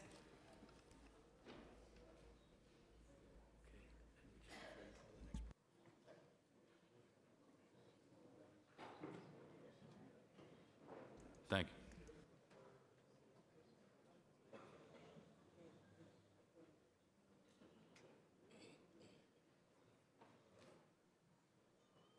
Menon. Permission to explain my vote? Permission granted. First of all, I want to thank my colleagues. We have some tremendous bills that we are voting on today, and particularly on the worker protection angle. I just want to say, since we as a city cannot have a city Department of Labor because we are preempted by the state, it's incumbent upon this city council to do really strong, robust worker protection, and that's exactly what we're doing today. I particularly want to congratulate and thank on street vending Councilmember Sanchez, who had a very big idea and had to contend with a lot of stakeholders, and she really listened. And I know moving forward in the next iteration of the council, we'll focus on the enforcement piece. And I want to congratulate Councilmember Krishnan, who also had a very difficult bill, listening to a lot of stakeholders. And so there's some fantastic bills that we are voting on today, and just want to congratulate everyone. I'm voting aye on all, with the exception of Intro 902B and 1451, for which I abstain. Thank you.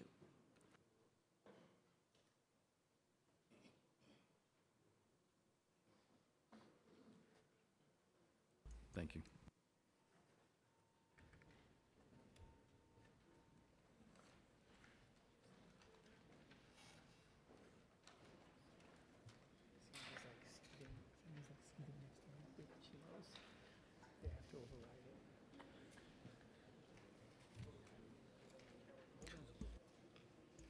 Morano.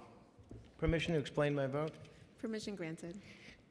Madam Majority Leader, I want to be very clear at the outset in discussing 902B that everyone in this chamber, irrespective of party, agrees that New Yorkers deserve safe, affordable housing and that predatory behavior by bad landlords should be stopped. Where I think we disagree is on whether this bill actually accomplishes that goal. COPA is being sold as a tenant protection measure, when in reality, it is a sweeping change to property rights that will make housing harder to finance, harder to maintain, and ultimately harder to afford. This bill doesn't just regulate bad actors, it rewrites the rules for every owner of a covered building by inserting the city into private property transactions. It delays sales for months, injects uncertainty in the market, and sends a clear message to lenders and buyers: New York City is a risky place to invest.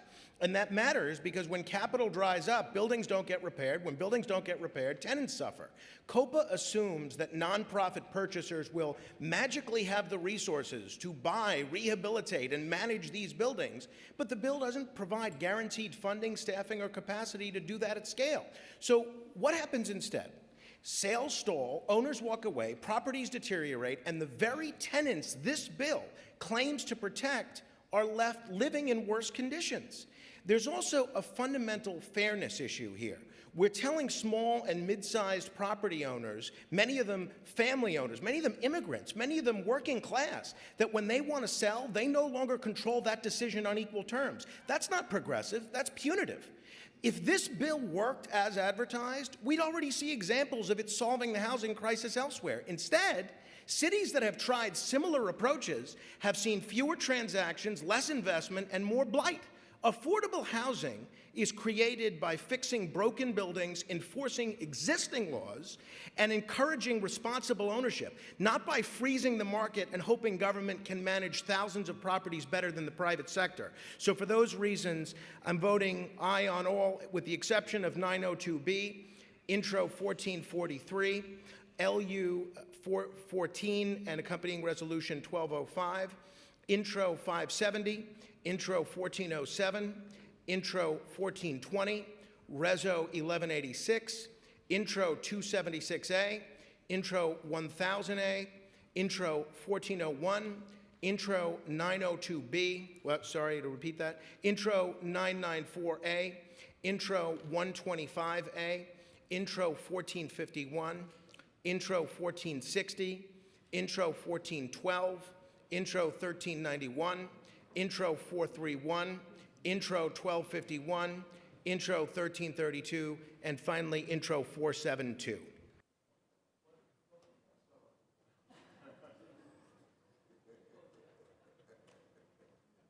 Thank you, Councilman. Oh, man.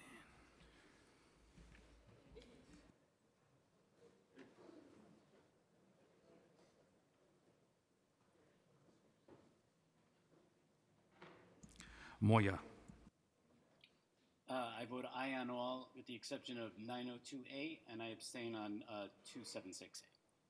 Thank you. My apologies, council member. I have to ask you to repeat that.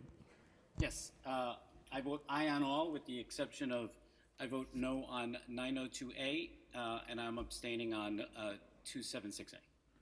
Thank you.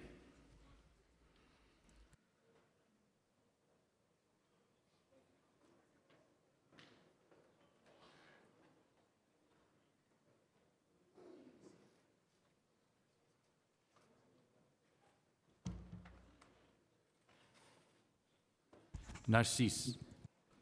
Permission to explain my vote. Permission granted.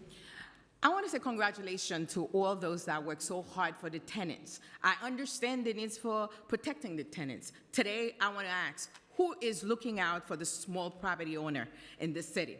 Today, the hardest things for me, I was crying because I could not say anything to meet the advocates, the homeowners. They were hopeful and they believed that we were going to do something for them. What is the something? Dr. King said, never a wrong time to do the right thing, but little that I know. In this place, somewhere else, not in this place here, the fake, the flaky, the external forces, misinformation, prevent the bill from 948B or always too deep. Councilmember, we're speaking on Not bills that are able. on the general order calendar. If you would That like to bill's move. supposed to be here, is not here. It is not on the calendar, so So- you are not allowed to speak on that bill. If you would like to speak, you can speak on the bills that are being voted on today, and I can move you to general discussion to speak on a bill that's not on the general order calendar. Is that civil disobedience sometimes acceptable in here? because this is my civil disobedience. This is about being in order. I want to stay in And order. so would you like to speak on bills that are on the general order calendar? Or All would right, you like to coming- speak in general discussion? I'll do that, but Thank I you. want to know who's watching, who's looking over for Please- the small please property. state Okay, your votes. I will. Thank in you. all due respect, I'll do that. So now on the vote for today, I have an excellent woman that worked for our community, that invested a lot of time, and that called Terry Cadet. She served with passion, compassion, fairness, and hold folks accountable. So for that, I want to say I'm so proud to be part to vote today for Terry Cadet. So to say that you can have a street named after yourself because you are committed to the cause of the city. Hold people accountable at all times, even when it's inconvenient.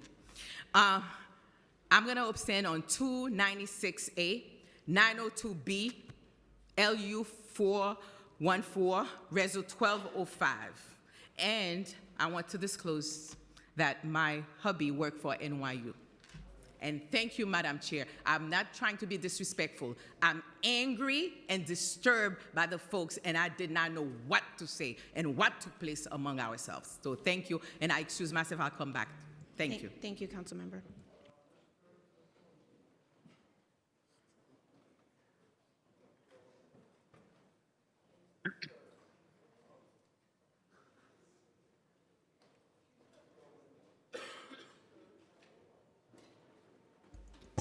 Thank you, Councilman.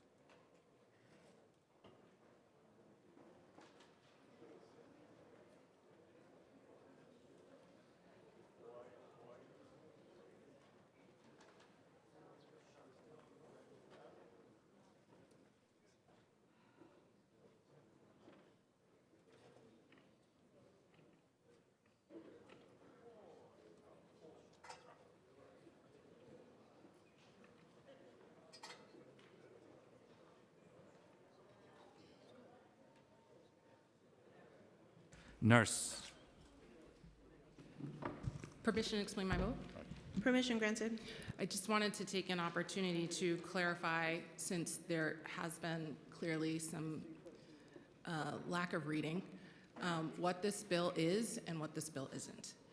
We took a bill that was introduced 5 years ago that covered 70% of all New York City buildings, 3 units and above, and that was going to be subject to an 18-month timeline.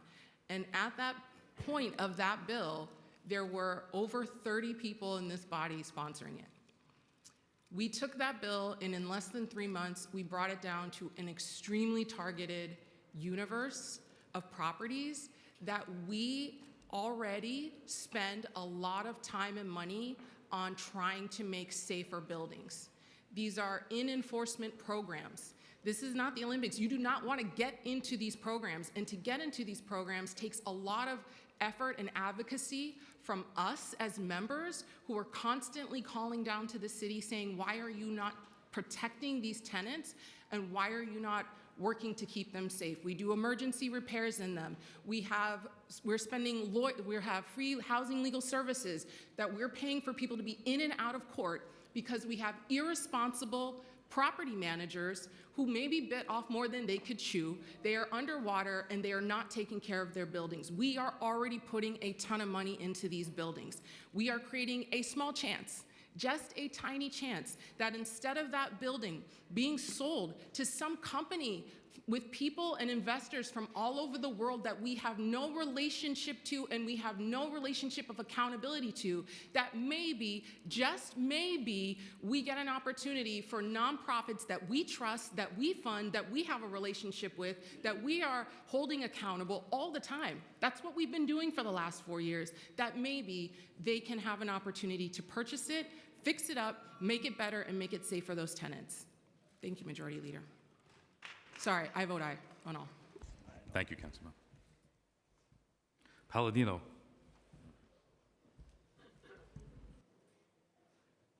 Just in regard, I'm going to give you my vote in 1 second. I just want to say, does anybody think about NYCHA and the tenants that live in NYCHA and what we should do to already city-owned buildings that are falling apart and dilapidated, and these people are living without kitchens, without heat and everything else?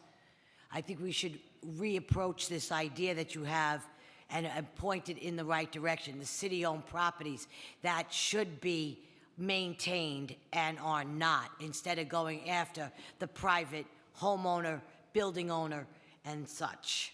Okay, let me go forward with my vote.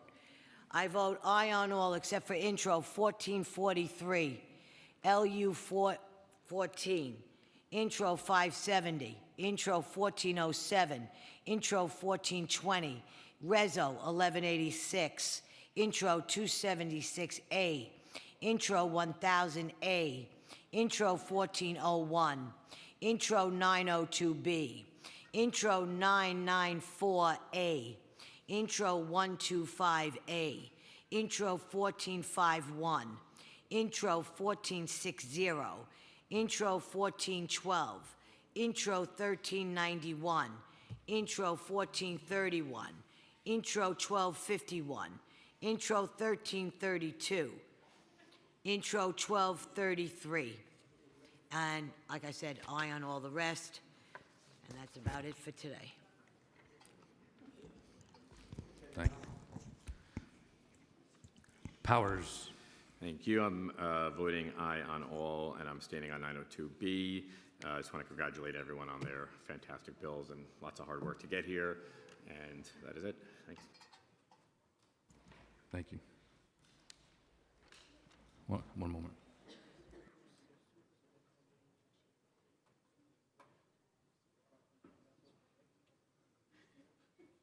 Councilmember Joseph.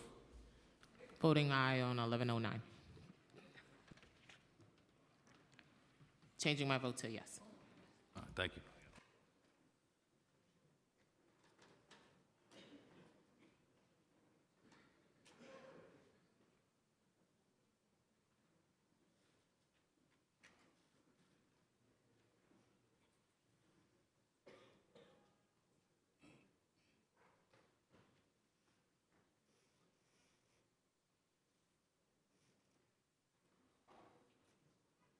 Riley. Permission to explain my vote. Permission granted. Thank you, Majority Leader. Today marks a meaningful moment as we close out this year's final stated meeting led by Madam Speaker herself, Speaker Adrienne Adams. It has been an honor to serve alongside you and support your leadership.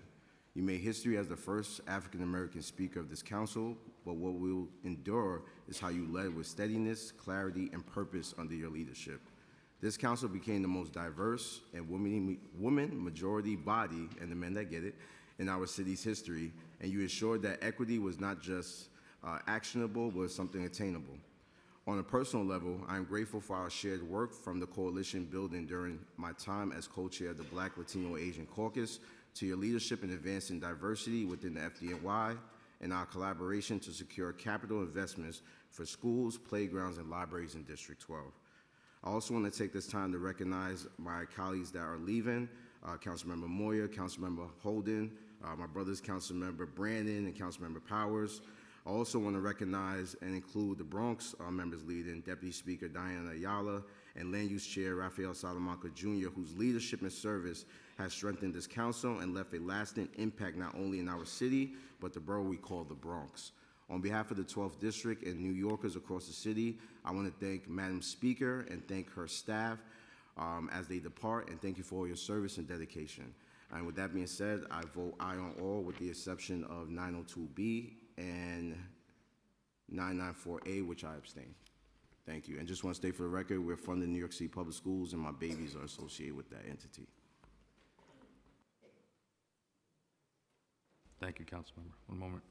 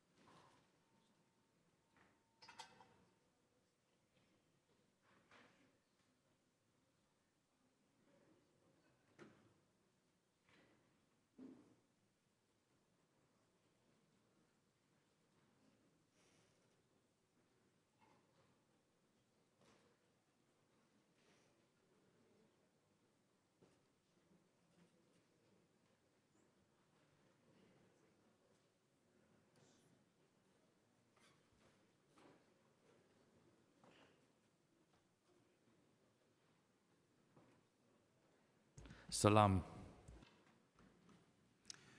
I'm an aye on all except LU 414 and the company resolution 1205, of which I abstain.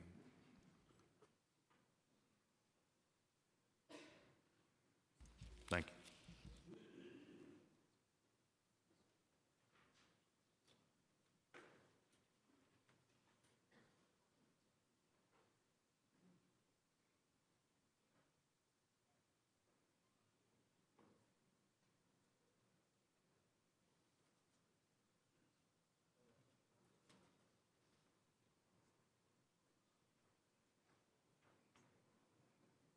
Salamanca. I vote aye on all, but I abstain on 902B. Thank you. Councilmember, your disclosure. Thank you. I want to disclose on the record that we are approving this budget funding for the New York City Parks Department, in which my wife is associated with that institution. We're also adding funding for Gotham Health, in which my wife is associated with that institution, and funding for the Castle Hill Little League, in which my son is a member of that institution. Thank you.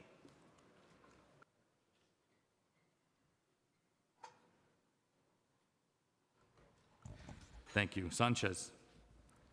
I'd like to disclose upon the record that my sibling is associated with CUNY, and I just want to take a moment to thank the speaker for your leadership, the incredible fights that you've fought with this council, the places you put your name on the line, and the people that you are uplifting today and throughout all of your days as council speaker. Thank you for your leadership. And I want to congratulate our advocates who have fought so hard, especially the Street Vendor Project. And we'll miss you, colleagues who are moving on from the council. And with that, I vote aye on all.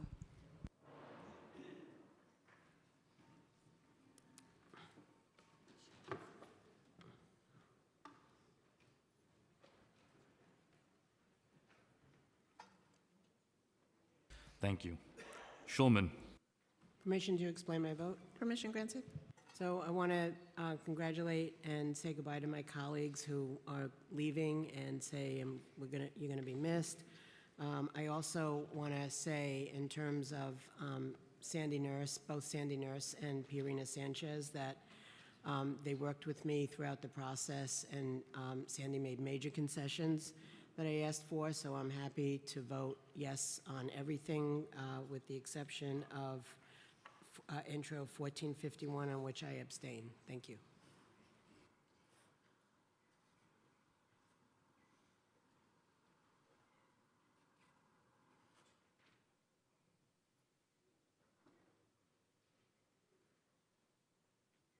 Thank you. Stevens. Permission to explain my vote? Permission granted. It's been an honor of my life to serve in this council under the leadership of our first Black speaker, Adrian Adams, alongside my incredible mentor, Diana Ayala. Thank you to all the outgoing members who have been here to support me, give me guidance, and really show leadership during your time. I will carry all the jewels you shared with me on this journey in my final term. And with that, before I vote, I also want to give a special shout out to Sandy, who has been really showing leadership and standing up to everyone who kept having lies and saying things that were not true about her bill. Continue to fight. Thank you for showing us what it looks like to lead with courage, leadership, and integrity. Also to Pi, who even convinced me to get on her vendor bill. We appreciate all the hard work that you guys continue to do. And with that, I vote aye on all. Thank you. Ong. Permission to explain my vote? Permission granted. Thank you. I'm voting no today on Intro 431B. I appreciate all the work by Councilmember Sanchez and the conversations we've had about this issue. Throughout my time in the City Council, I made addressing unlicensed and illegal street vending a top priority. In neighborhoods like downtown Flushing, our sidewalks are severely congested. When unregulated vending proliferates, it creates real safety hazards for seniors, families, and those with mobility challenges, whether it's trying to walk to the supermarket or to the subway station. It generates mounds of garbage, putting a huge strain on our local bid who's left cleaning and piling up boxes left by vendors, and puts our small business owners who pay the bid fees for these supplemental sanitation services at an unfair disadvantage. I understand the rationale in Intro 431B, that by expanding access to licenses, vendors will have incentive to follow the rules, and that increased enforcement and higher penalties will deter illegal activities. However, in my own district, which has a strict no vending policy, we have seen that even with significant increased enforcement, illegal vending continues unabated. Expanding the total number of licenses does not address the fundamental issues of how to manage persistent unlicensed vending. My vote is not a rejection of the concerns that this bill seeks to address, nor is it the need to create pathways for vendors to participate in the regulated system. Rather, I'm concerned that moving forward with this bill without coupling it with a more comprehensive strategy risk closing the door on the need to meaningfully address the unlicensed vending. I worry that passage might allow us to believe we have solved the problem. Hope today is not the end of this conversation, but the beginning. We must continue working together with our partners in government to find long-term sustainable solutions that protect public safety and supports lawful commerce and ensure fairness for all. I also abstain on Intro 1451 and aye on the rest. And before I finish, I want to thank Speaker Adams for her fearless leadership for the last 4 years. Thank you. Thank you. Vernikov. Aye on all except no on Intro 1443, LU 414, Intro 570, Intro 1407, Intro 1420, Reso 1186, Intro 276A, Intro 1000A, Intro 1401, Intro 902B, Intro 994A, Intro 125A, Intro 1451, Intro 1460, Intro 1412, Intro 1391, Intro 431, Intro 1251, and Intro 1332.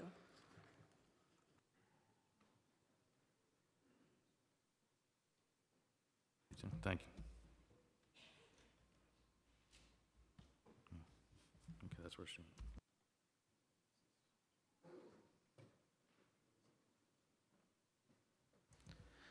Williams. Permission to explain my vote? Permission granted. Thank you. While many of the bills that we are voting on today are imperfect, as many typically are, I think it's just a part of the legislative process, I do know that the spirit and intent of all the bills are perfect. And so with that, I vote aye on all. Thank you.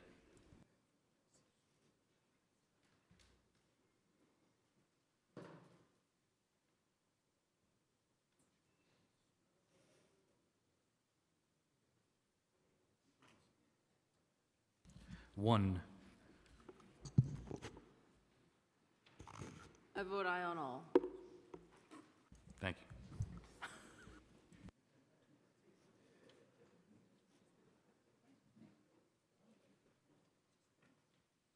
you. Zhuang.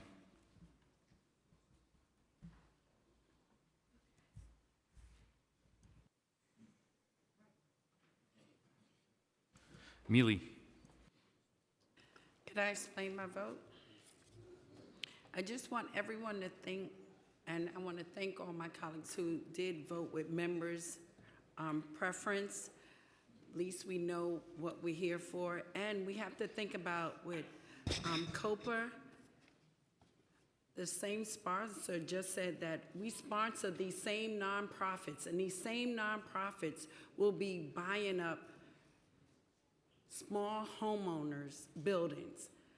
I don't understand how no one is paying attention to that, but please pay attention to that also. How do we know some of these same nonprofits have a lot of violations? We don't know how long, if people can really opt out, or if they do pay their bill in the next year, could they reclaim their property? These questions haven't been asked. And with that, I vote yes on Intro 571A, Intro 86A, Intro 1121A, Intro 1140A, Intro 1229A, Intro 1411A, Intro 1433, and no, I abstain from everything else. Thank you.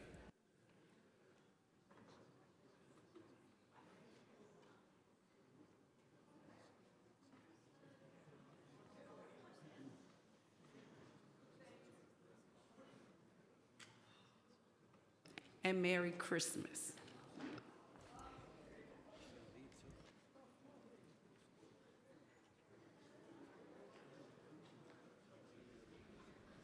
Can we please get quiet in the chambers?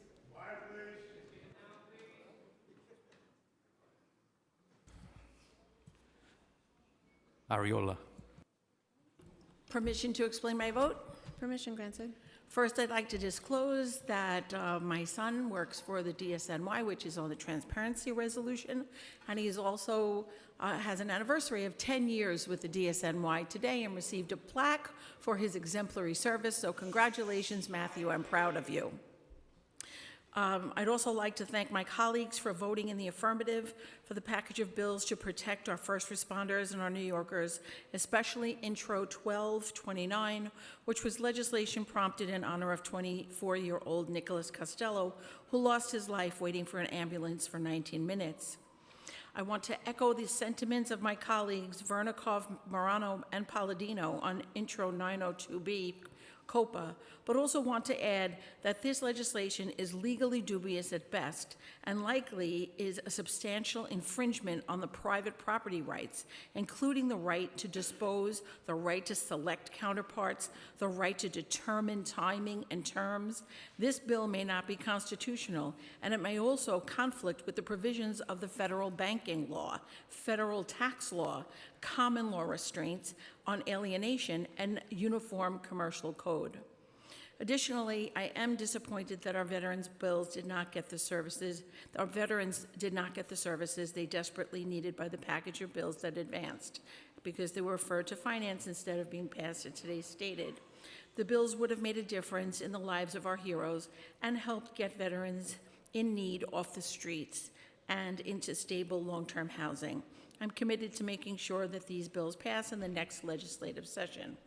With that, I would vote no on Intro 1443, LU 414, Intro 570, Intro 1407, Intro 1420, Reso 1186, Intro 276A, Intro 1000A, Intro 1401, Intro 902B, Intro 994A, Intro 125A, Intro 1451, Intro 1460, Intro 1412,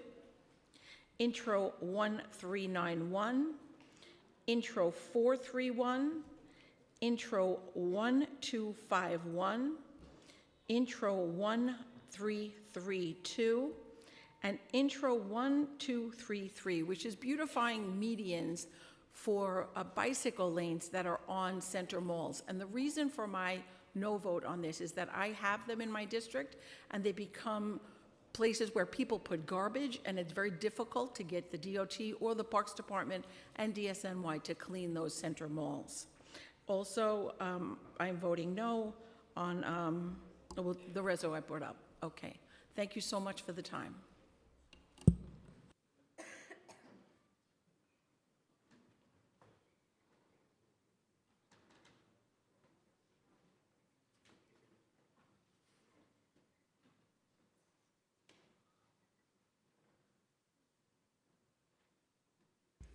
Thank you. Farias. I vote aye on all with the exception of introduction to 76A, in which I vote no, and I've already expressed my reasonings in the committee. Lastly, I just want to congratulate my colleagues on their bills today, and particularly the Street Vendor Coalition, and a big thank you to all the folks that worked with me on the 5 bills that I'm passing.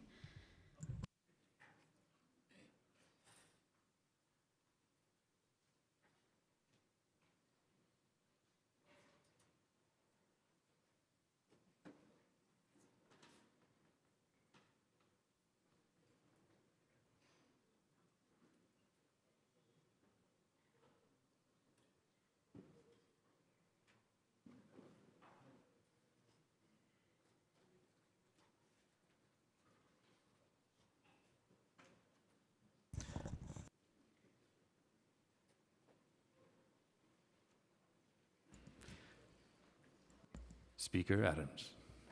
Aye on all. Thank you.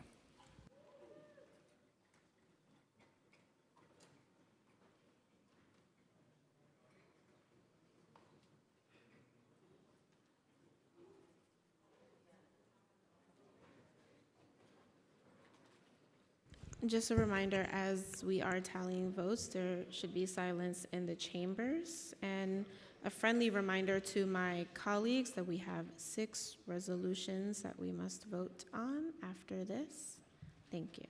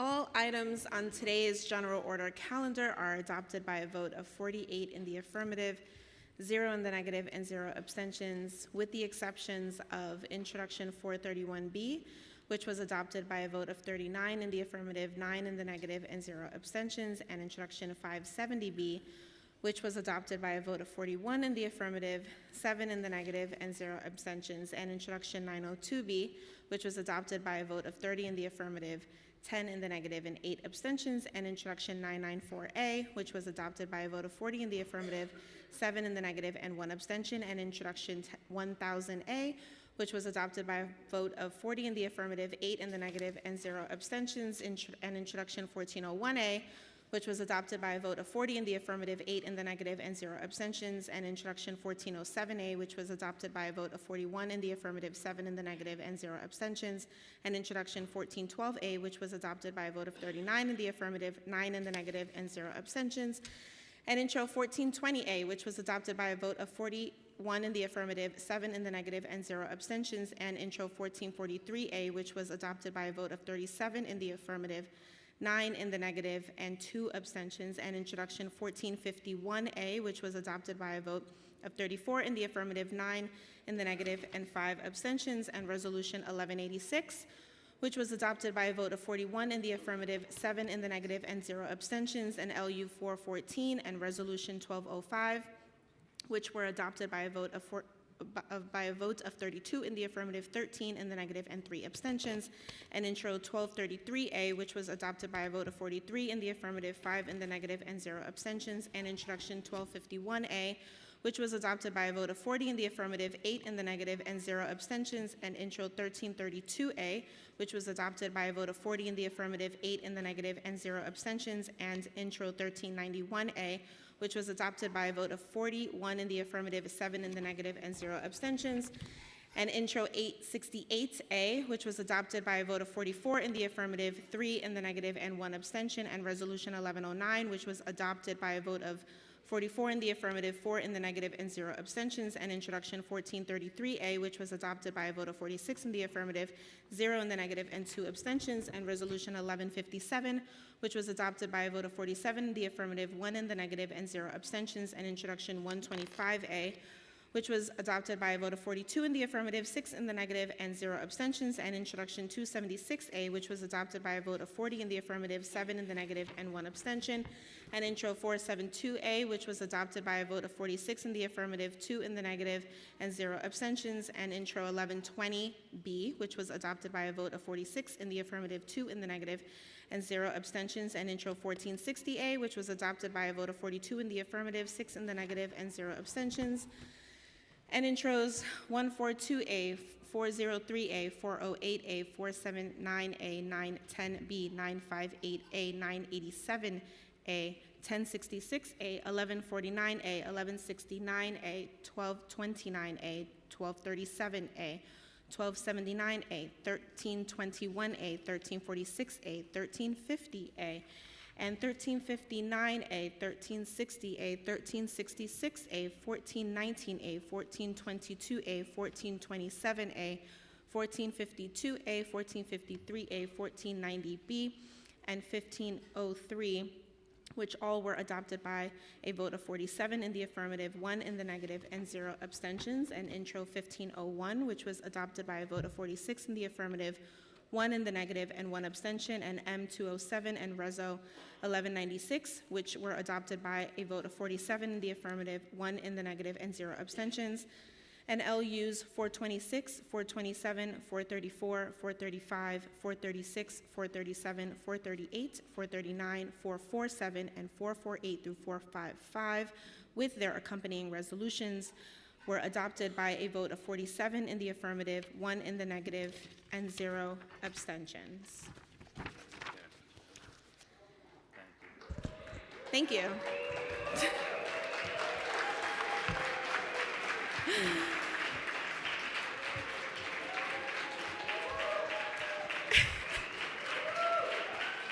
Yeah.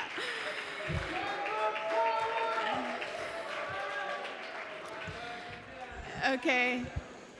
And with that, all items on the calendar have passed. We're going to move through the agenda of introduction and reading of bills. All bills have been referred to committee as indicated on today's agenda. Thank you, Speaker. We will now move into the discussion of resolutions, and I'd like to recognize Councilmember Brewer. Thank you very much. I have two resolutions to discuss. One is Resolution 734. It's been a very challenging year in the state prisons. This resolution calls on Governor Hochul to sign the Prison Reform Omnibus Bill, which would strengthen independent monitoring and oversight. I want to thank Natalie Meltzer and again Sam Goldsmith from my office. This has a lot to do with Mr. Brooks being killed by the guards at a particular prison, and I hope that it passes and is signed by the governor. Resolution 649, this resolution calls on the federal government to save the historic transatlantic passenger ship known as the SS United States. The ocean liner is slated to be sunk off the coast of Florida as part of a planned artificial reef. It is still has the record of going to Europe faster than any other ocean liner. It's as long as the Chrysler Building. It is in Alabama, but we would love to have it back on the Brooklyn waterfront where it started in 1951. Thank you, Dirk Spencer. Seeing no one else signed up to speak, we will now have a voice vote on today's resolutions. If you wish to vote against or abstain from any of today's resolutions, please notify the Legislative Documents Unit by email or by approaching the dais. I'll now read today's resolutions into the record. Please quiet in the chambers. Resolution 82A supports the mission and growth of the Climate Museum. All those in favor say aye. Aye. All opposed say nay. Any abstentions? The ayes have it. Resolution 499 calls on the United States Congress to pass and the President to sign the Protecting Consumers from Deceptive AI Act. All those in favor say aye. Aye. All opposed say nay. Any abstentions? The ayes have it. Resolution 500 calls on the New York State Legislature to introduce and pass and the governor to sign legislation entitled the New York State College Safety Act to require that all campuses of the State University of New York and the City University of New York permit autoimmune and immunocompromised students and faculty to learn and teach via remote instruction in as many courses as feasible whenever students or faculty are dealing with an unpredictable or temporarily debilitating impact of their condition. All those in favor say aye. All opposed say nay.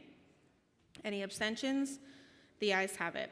Resolution 649A calls on the United States Congress to pass and the President to sign legislation allocating funds for the restoration of the SS United States and for its relocation to the city of New York. All those in favor say aye. All opposed say nay. Any abstentions? The ayes have it.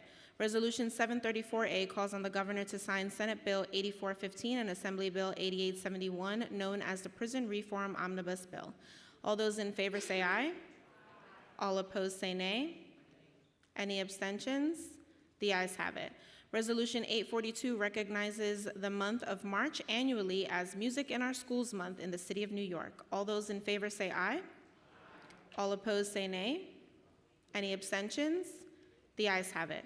Resolution 1061A calls on the New York State Legislature to pass and the governor to sign legislation requiring pain management options to be offered to patients undergoing in-office gynecological procedures. All those in favor say aye. All opposed say nay. Any abstentions? The ayes have it.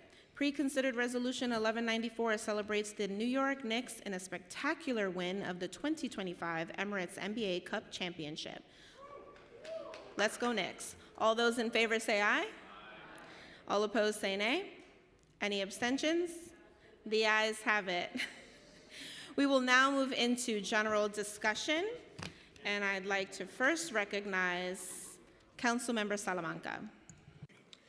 Thank you, Madam Majority Leader. Since joining the New York City Council almost 10 years ago, actually 9 years and 10 months, it has been one of my greatest honors of my life. When I stepped into this role, I made a promise to fight for the community that raised me, to make the South Bronx and New York City a stronger, healthier, and safer and more equitable for every family who calls it home. And over the years, we've done exactly that, doing the work together. Together, we expanded affordable housing across the district and throughout all New York City. We invested in schools, such as the schools that I grew up in, attending, and giving our students the tools, technology, and classrooms that they need. And I'm proud to say that I was able to do that with an investment of over $50 million in my schools. We rebuilt the parks and playgrounds that shaped my childhood and that of my son, Aiden, who now enjoys them, creating beautiful, safe spaces for the next generations to play and grow. And I'm proud to say that I was able to invest another $50 million in capital dollars to my playgrounds, and I'm proud to say that 90% of all my playgrounds in my district have been redeveloped. We confronted COVID together, and we also confronted the health disparities that have impacted our borough and the city for far too long, working to close gaps in care and bringing better healthcare options to our community. And year after year, we fought for food insecurities with compassion, making sure our neighbors had access to fresh, healthy food when they needed it most. Now, I'm asked often, what are you most proud of in your tenure in the New York City Council? And I can say that I'm extremely proud of some of the bills that I was able to pass, such as the 15% homeless set-aside, which many said we could not do it even in our own legislative department, but we got it done. And I'm proud to say that I was part of closing 2 jails in my district alone. A juvenile detention center called Spofford, which we transformed into over 1,000 units of housing. And just recently, we were able to close the floating jail in the Hunts Point community, and I was able to see it bars out of our communities. Now, none of this would have been possible without the support, trust, and resilience of my community, or without the love and strength of my family, who stood side by side with me in every step of the way. But of course, most importantly, like we have a team. And I would like to thank, with deep respect, my team, Team Salamanca. I need to thank my Chief of Staff, Shanna. I need to thank Brian Haiti, who's my Deputy Chief of Staff, Legislative Director, Budget Director, and he is my face here in City Hall. Saranya, Maritza, Saida, Leila, Angel, Freddie, and Cristobal, a group of dedicated, hardworking individuals who poured their hearts into serving this district. Your commitments made every accomplishment possible, and I'm endlessly proud of the work we have done together. And then finally, I want to thank you, Madam Speaker, for number 1, allowing me to be part of your leadership, and number 2, for reappointing me as your land use chair, something that I'm extremely proud of and a position that I've served in the last 8 years. I want to thank your Chief of Staff, Jeremy and Faiza. I want to thank the land use team, Paris and your team. And I want to thank the Sergeant at Arms for always keeping us safe and protected, Carl and your team.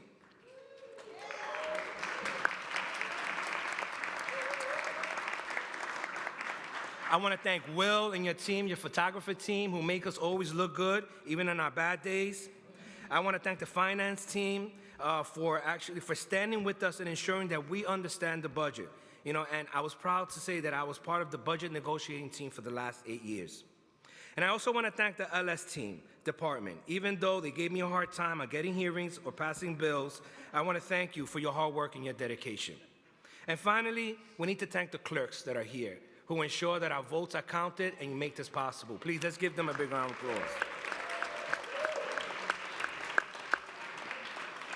To my district, District 17, I want to thank you for allowing me to serve you, your families, and the borough, and I will always be proud to call home. I'm proud to leave behind a better South Bronx than the one that I inherited 10 years ago. God bless you all. Thank you.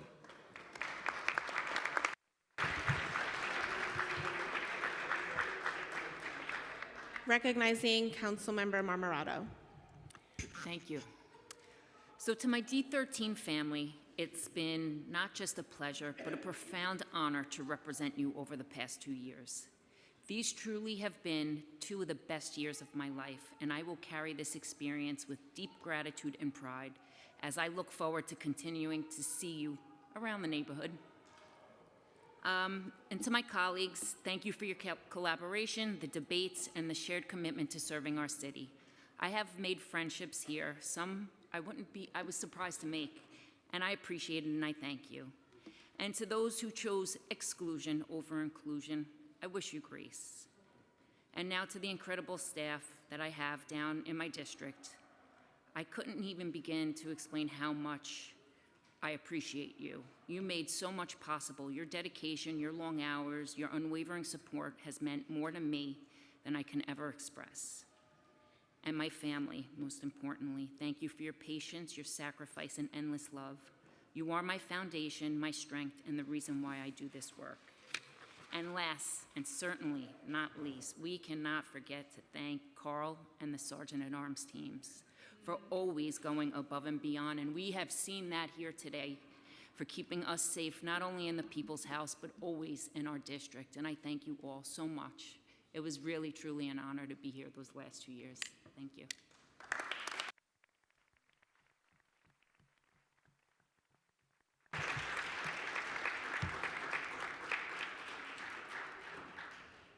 Recognizing Councilmember Holden. Thank you, Majority Leader. And serving 8 years in this council has been a dream come true. Representing the district that my parents grew up in, and my grandparents had a farm in the exact neighborhood, right around the corner from where I live, and my office is a few blocks away. This is an unbelievable honor to serve 8 years as the council member for the District 30. And it's a bittersweet kind of crossroads for me. But I would like to thank the Sergeant-at-Arms staff, the wonderful staff, and it's been said, and Chief Carl D'Alba, and I also Chief Rafi, I call him Rafi Perez, but great people, great staff, and they did keep us safe. And so it was very difficult sometimes getting through the picket lines outside, but they always had somebody there, and I want to thank them. And also Bill Alistair also for the photography. I got to talk photography with him many hours, and I appreciated that. And he did make us look good, even made me look good at my age, but it was great. But I just want to talk about the experience in the last 4 years. Especially yesterday, an important package of veteran legislation cleared our committee. And today, the Speaker and the Council leadership killed it using a procedural trick to avoid a vote before the full body. That's disgraceful. These bills dealt with veteran housing, homelessness, mental health, and support for veteran organizations. But instead of letting veterans finally get some relief from this city, leadership chose politics and personal payback. And that's what this was. That's not called leadership, folks. This had nothing to do with the cost or policy and everything to do with vendetta against me. I had over 100 bills that I introduced over the years, and nothing got through. And the veterans were caught in the crossfire. It's vindictive and petty. The message from the City Council to veterans today is simple. Drop dead. That's to veterans. And that, they served our country, and this is how they get back. They got back at the whole committee, too, because there's people, there's Councilmember Ariola and Palladino and Vernikoff that had bills that were sacrificed also, only because it came from the committee chaired by Bob Holden. And this is not demonstrating leadership. This is nowhere near leadership. Leadership is doing the right thing for constituents, so instead I got for speaking up against bills or speaking up against leadership, my constituents were hurt. My parks weren't funded. My schools weren't funded. This is not leadership, folks. This is a lack of leadership. So I just want to say it's been a great honor, especially the first 4 years in the council serving this body. These last 4 years, again, when your bills are boycotted, you're boycotted, it's not a great feeling, folks. But I stayed true to my principles. I spoke up how I felt, and they didn't like it. They didn't like that I went to the press. They didn't like that I exercised my First Amendment rights. They didn't like it. And that's chilling. So going forward, I hope the next speaker will be fair, that will have an even hand, and will do the right things by 51 districts, not just a few of their favorite. So this is not the finest hour of this council. I'll never believe that. I came in, I attended all hearings, meetings, never missed a day. Stayed until the end of the hearings most of the time. and I wasn't rewarded at all. Most jobs, when you work hard, you show up, you do the right thing, chair a committee, you get rewarded somehow. I didn't. And that's the bittersweet, you know, it's sweet that I represented my district. I loved being in my district, but I didn't like what was happening here. And it was very, very unfair. Thank you, everyone. Thanks.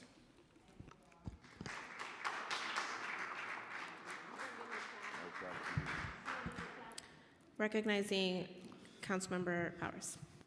Thank you. And thank you, everyone, for the remarks today. When I came into office in 2018, I had the same hopeful vision for our city that I still hold today. That New York City can be a place where everyday people, like my family, a small business owner and a nurse, could make it here because the city made it possible to access good affordable housing, good schools, and a way to make a living. And I've taken that vision with me every single day to the City Council on the number of issues I've championed over the last 8 years. Our victories, including reducing rents at places like Waterside Plaza and fighting for tenants in Stuyvesant Town, to creating a new life sciences center and a new high school in Kips Bay, to rezoning Midtown South to create 10,000 new homes through new conversions, to reducing barriers to housing for tenants, including the sorts of income discrimination in the Fair Chance for Housing Act, tackling quality of life issues like noise, cameras, and tackling scaffolding, expanding arts education through New York City, our fight in 2018 to provide fair fares for transit riders, and investing millions of dollars to our schools, our parks, our libraries, and our cultural institutions. I am honored every single day to walk into this place and work alongside so many people who I think have sometimes different visions for this city, but a shared hope, hopefully a shared collaborative spirit to get things done for their constituents. I want to congratulate all my colleagues who are leaving here today on a tremendous 8 years in City Council. There's so much to be proud of, not only today, but over the last 8 years of the work that you have done to make it a better place. And for all of you who are leaving, I just say thank you for being great partners and friends throughout your 8 years, and lifetime friends, I know that. Of course, none of us can do any of this without great partners in the room, and I have incredible staff who have been with me throughout these 8 years that have helped make this work easier and more rewarding. To my Chief of Staff, Ben Jacobs, who's been with me for 8 years, thank you for holding it down every single day. And to the rest of my staff, to Haley, to Pat, to Franklin, to Walker, Eitan, Eric, and all the others throughout the years, thank you for giving your best every single day. This is a hard job and a hard business, but thank you for being great role models for everyone here. I want to thank all the staff of the City Council who do the work here to make this a better place. There are so many behind the scenes who actually make this place work. Sometimes we fight, sometimes we disagree, but what matters is we get things done and we do it on behalf of New Yorkers. So thank you to the entire staff here who have really led with your hearts every single day. I want to thank my colleagues in this last term and all who's here. All of you have become true friends over the course of our time in our office, and I know that will last far, far in the years ahead.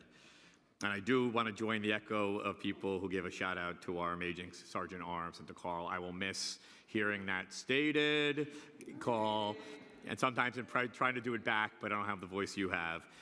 But you guys are the first faces we often see when we walk in this building, and you are the last ones when we walk out of here. And the friendly nature and the way you guys work for us every day, your friendship just means the world to all of us, and I'm glad we're all recognizing that here today. And there's so many people to name, and I think most of my colleagues have gotten to most of them, but just thank you to everyone in this building. Thank you to everyone across the street. Thank you to all the staff of all the council members. But most of all, thank you to the people of the 4th Council District, the district where I grew up and I've spent my life. It has been an honor serving you, and I look forward to doing this work together. Thank you.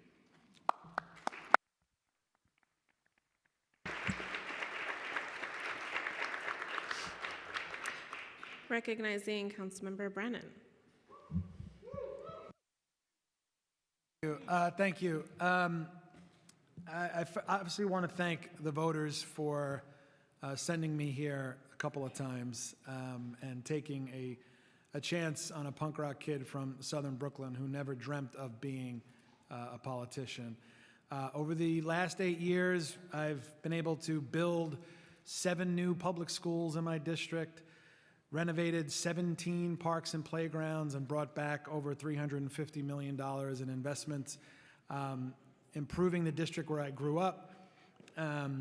Serving as chair of the Finance Committee for the past 4 years has been an incredibly rewarding experience, something that I'm so lucky that the Speaker put her trust in me and in appointing me to that role, and what I learned over the past 4 years doing battle with City Hall on a daily basis, and the fights that we won together as a council, and the millions and millions of dollars and cuts that we restored. Had we not fought back, those cuts would have gone through. The mighty Council Finance Division, there are so many smart, dedicated people. As someone who got his start in the council 15, 16 years ago as a staffer, I know how hard the staff works and how much of the glory that we get as elected officials, so much of that hard work is actually done by the staff behind the scenes, especially during budget season and very, very long hours, and the sacrifice that we all make and our families make to support us in public service. So it has been an amazing run. This is the best job in the world. Getting paid to worry about the neighborhood where you grew up is just about as good as it gets. But it is time to shuffle on, and I look forward to seeing and supporting the council in the years to come. And this has been a great time. Thank you, everybody.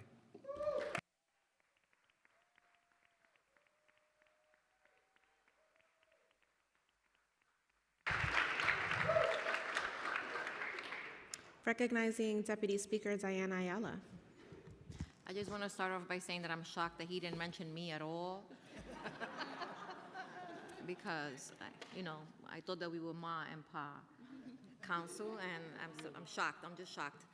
But no, I didn't want to make this a long speech. I think when I came into the council, I was I was a lot younger and also very naive. I had no political ambition whatsoever, and ran solely for the purpose of being able to lend continuity to the good work of my predecessor, and because of my love for my community and that district. I am so excited and happy that I did take that chance, even when I was throwing up most days because I was scared out of my mind, because I think that I have served my community well. I came here with a goal of improving, conditions that impact New Yorkers every single day, and I think I've done that on multiple fronts. Obviously, time is a thief, and it went by really quickly. We faced very challenging times because we were in 2 years when the pandemic hit, and it robbed us of the ability to really focus on projects in the district because we were always kind of on high alert. There were so many things that were happening back then. Gun violence was rising, people were starving, and we were all out there. And I want to thank, many of my colleagues here. Ralph, and I did a lot of food distributions. Ralph is the food master, but he's also been very generous with his resources and has made sure that the rest of us also benefit from it. So I want to thank him for that. I want to thank the Bronx delegation for accepting me. I represent 2 districts, practically 2 boroughs, 1 district, and when I got to the Bronx, most people were like, well, does she really belong here? Is she like from Manhattan? And I'm like, no, I actually was, I lived most of my adult life in the Bronx. And I love the borough, I love the people, and I was really excited to be there, but they really embraced me like family, and I will, forever take that, take that with me for present and former members that were here, the good, the bad, and the ugly. And, the staff has been, amazing. We have an amazing leadership team. We have an amazing budget negotiating team, but we would not be able to do that without the help and the support of all of you and your different legislative and, fiscal divisions and comms division. Faiza and Jeremy, I love you guys so much. I don't even want to look over there, Megan. Oh. And my little AJ, Miss Phyllis, who's no longer here. I hope she's enjoying her retirement. And Madam Speaker, thank you for believing in me when we met. And when she called me, she says, Diana, I want to tell you that I want to appoint you Deputy Speaker, and I was so excited, and I'm like, and she says, wait, I'm not finished. I also want you to chair the General Welfare Committee, and if you know me, if you heard my story, you know that it's one of those committees that really speak to my heart because I've lived all of those experiences. And I was like, wait, you're giving me both? And she was like, yes, I'm giving you both. And I was just so excited. But I know that, and I think you've been a great partner, and I hope that I have, been that support to you as well. It's been, a huge pleasure to work alongside you, Amanda. Nobody looks prettier up there, Amanda. Salvina, Justin, Ralph, all of you that have served, with me in some capacity. You're welcome for the coquito today. I will try to bring food every now and then for those starving members that don't have time to go out and eat, and I hope that you remember me as well, and that we can continue to have a relationship outside of this. You haven't seen the last of me, but I would be remiss if I also did not thank the Sergeant at Arms team. Those are my hard champions in this space, and I've loved spending so much time with them. So I wanted to call out, Carl D'Alba, Rafael Perez, John Biondo, Dane Hope, Michael Leonardo, Keith Polite, Pedro Lugo, Danny Huang, Nasli Petuvi, Walter Lewis, Rocco Masidi, Patrick Cruziana, James Marino, Ben Levi, Janelle Yearwood Finn, Travel King, Taisha Sherman, Annie Lynn, Preston Cameron, Michael Kane, Kimberly Smith Thomas, my staff who have been, fantastic, keeping things, up to date and under control in the district, but also my committee staff here, when I was chair of the Mental Health Committee, Consumer and Worker Protection, and now in the General Welfare. I've had the best team that anyone can have, and I am so grateful for them, and I wish them so much success. So whoever gets those committees, make sure that you treat them well, because these are good, smart, talented young people that deserve to be treated like the smart, dedicated, hardworking people that they are. And with that, goodbye, people.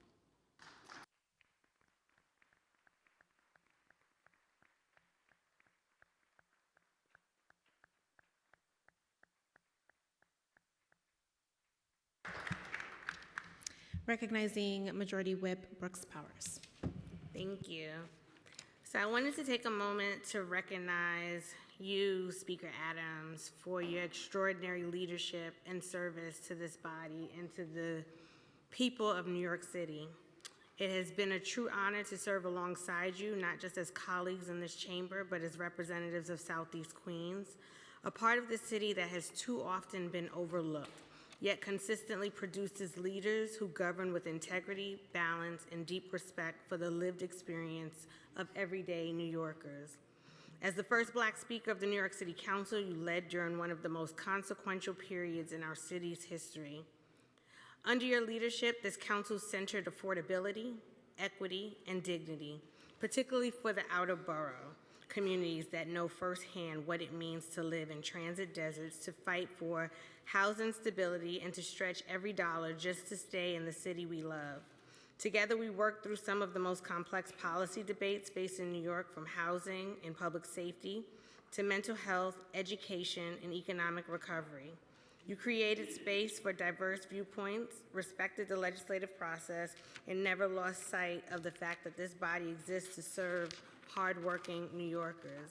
And you reminded us that leadership is about steadiness, principle, and showing up for New Yorkers even when it's hard. I would also like to recognize Deputy Speaker Ayala and Council Members Powers, Brannon, and Salamanca, and all of the outgoing members for their hard work and service to our city. I look forward to seeing all the incredible work you will continue to accomplish for New York and beyond. Thank you. Recognizing Councilmember Hanif, followed by Hudson, then Brewer. Today I speak as a Muslim leader on this body and as your colleague of 4 years. A member of this body continues to dehumanize people. This week she called for the expulsion of Muslims from our country.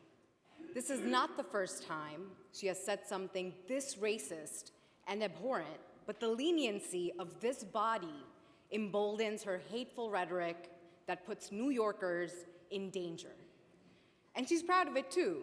She won't apologize just like every other time. So I ask you, where do we draw the line? Where do we want to draw the line? Is it if she says queer people are groomers? Or that immigrants should be deported? Or if she trivializes the Holocaust? No, it couldn't be. She already did all that.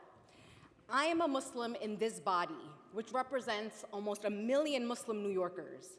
I stand before you a testament to the resilience of my people.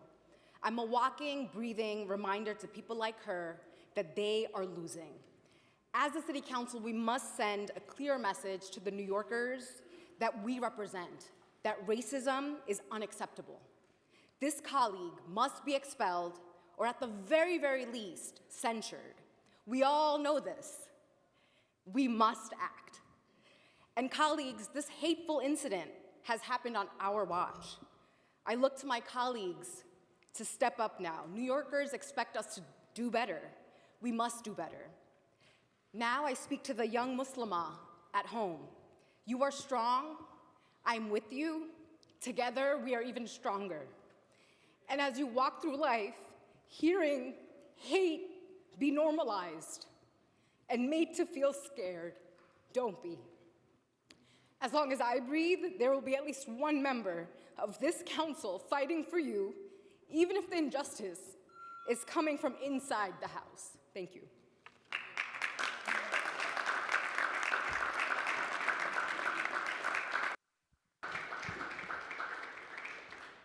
Recognizing Councilmember Hudson.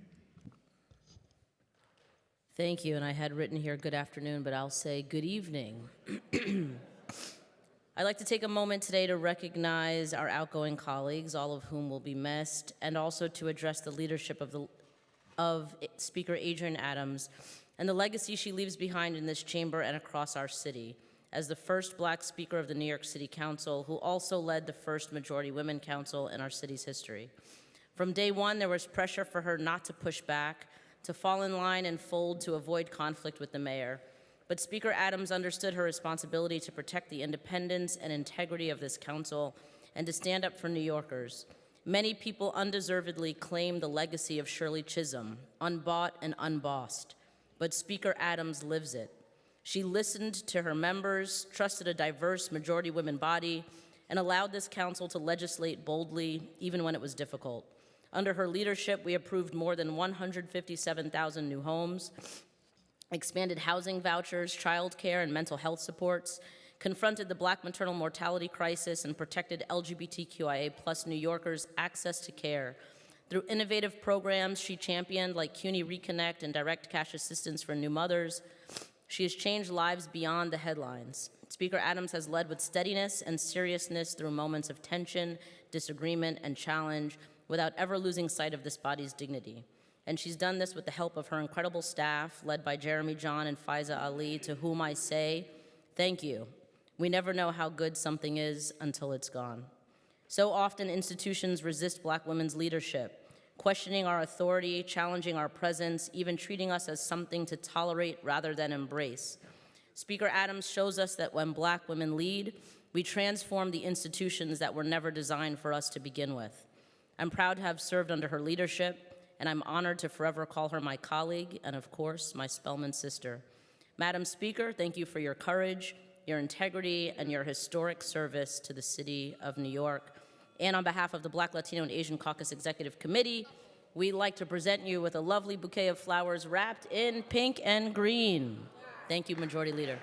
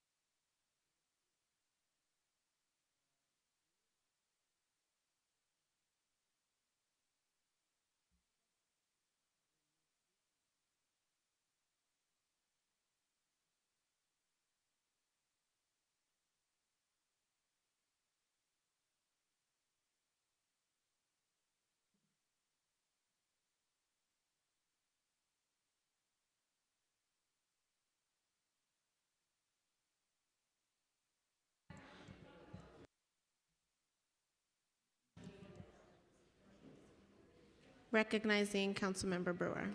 Thank you very much. On a very mundane level, I'm talking about Intro 1505, which would combine at the Department of Records, the Archival Review Board and their Board of Archives, Reference, and Research Advisory Board into one Archival Review Advisory Board. I say this because I've spent many years working on archives, and is why I have such an interest. And number two, term limits suck. Thank you very much.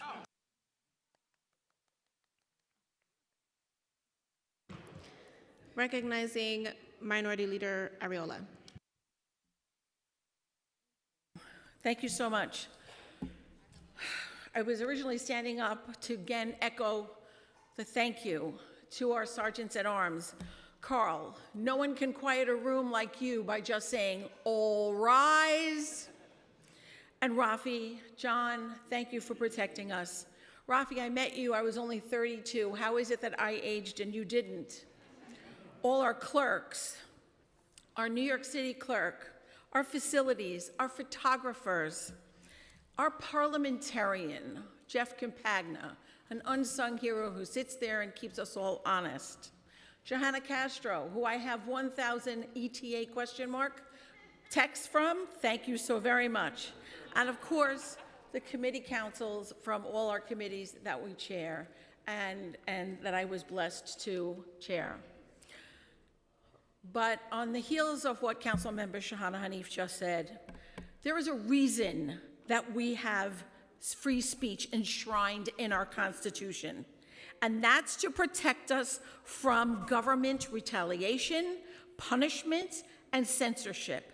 It would be the height of hypocrisy for members of this council who swore to uphold that Constitution to call out a council member, even if it isn't by name, but by innuendo, for punishment for exercising their right to free speech. My colleagues often say things I disagree with, and I often find abhorrent. But like every American, I can choose to respond to their speech with my own speech. I suggest our colleagues stop acting like what they say they detest, and we will all do the same. On that note, I don't want to let this day go by without saying to my colleague, Christy Marmorato, you are a class act, lady. That's right. You walked into this chamber, and a few more moments? You walked into this chamber to represent the District 13, and represent it you did. And some days, most days, you didn't get a fair shake, even from your own colleagues. And yet you still stood with your head high, and you acted with grace. And that's why we call you our lioness. You will be greatly missed. Our minority whip and myself, it was an honor to work with you. It was an honor to partner with you. It was an honor to become your friend, a member of your extended family. Gino and Renata are lucky to have you, and we are at a disadvantage to lose you. But understand something, you made your mark here, and you fought hard, harder than anyone that I've ever seen. You faced such adversity from the moment you walked through those doors, and yet you never lost your integrity, your temper, you gave your word and you kept it, and you never lost your honor. You are an honorable woman, and I applaud you. Thank you.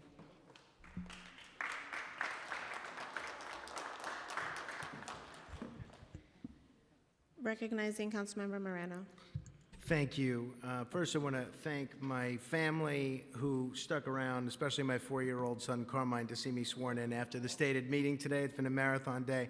And my staff who did the same, and my friends, especially the indefatigable Curtis Sliwa, although I guess he's got nowhere to be these days, but it's nice for him to come as well.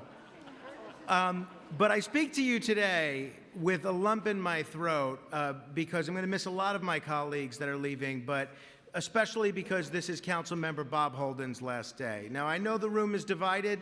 Some of you won't miss him because he's the Democrat that progressives loves to hate. Others won't miss him because he's the conservative that drives Republicans crazy. But I'm here to say, without any hedging, I'm going to miss Bob Holden a lot, because beneath all the controversy, beneath the bluntness, beneath the refusal to go along just to get along, Bob has been something that is far too rare in this body: authentic. He's been stubborn in the best way, stubborn for taxpayers, stubborn for seniors, stubborn for public safety, and stubborn for the people who don't have a lobbyist or a public relations team whispering in our ear. And if you want to talk about legacy, the landmark veterans legislation that we were supposed to pass today would have been the perfect coda for Bob's legacy in the City Council. Bob has been the best advocate in this council for veterans, not in words, not in photo ops, in work, real work. He's also been the best advocate in this body for animal rights. He's been steadfast for law enforcement, whether you agreed with him or not.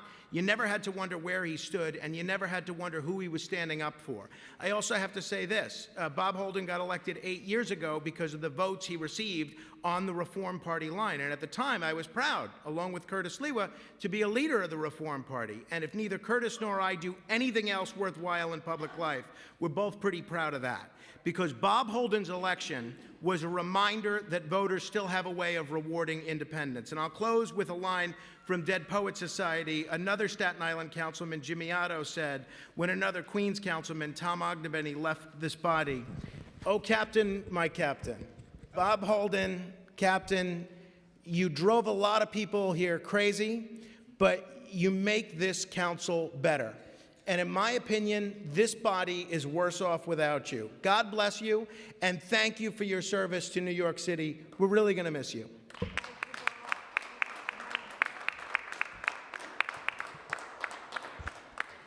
Recognizing Councilmember Joseph. It's my turn. Madam Speaker, I've had many bittersweet days in this lifetime, and today's one of them. As you close this historic chapter, I want to begin by publicly saying thank you from my heart and on behalf of District 40, whose lives are better because you chose to lead. Adrian, you have never wavered your values. In moment of uncertainty, you walk firmly in your purpose, guided by integrity, courage, and an unwavering commitment to the people of this city. You showed us what principled leadership looks like, especially when the path was not easy. During the most challenging times our city has faced, you led with clarity, compassion, and strength. You reminded us that leadership is not about title, but about service, integrity, and courage, and you serve with excellence. I am deeply grateful for your leadership, your support, your mentorship. You made space for voices to be heard, for collaborations to thrive, and for us to lead boldly and authentically. I am better because I had the opportunity to serve alongside you. It is important for me to note that your incredible leadership was fueled by an extraordinary team. I want to personally extend my deepest thanks to your incredible staff, communications team. Your partnership, professionalism, and dedication over the years made the work stronger and the mission clearer. The body benefited greatly from your commitment and care. Adrian, you will not be forgotten. Your impact is etched into the institution and into future leaders who will follow. We will ensure that your legacy lives through the values that you've upheld, the doors you've opened, and the standards you set.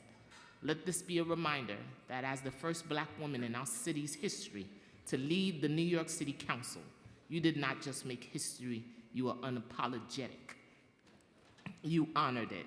May your next chapter be as powerful, purposeful as the legacy you leave behind. To my sister speaker, thank you for everything. This is a goodbye for now and not forever. I love you. Recognizing Councilmember Narcisse.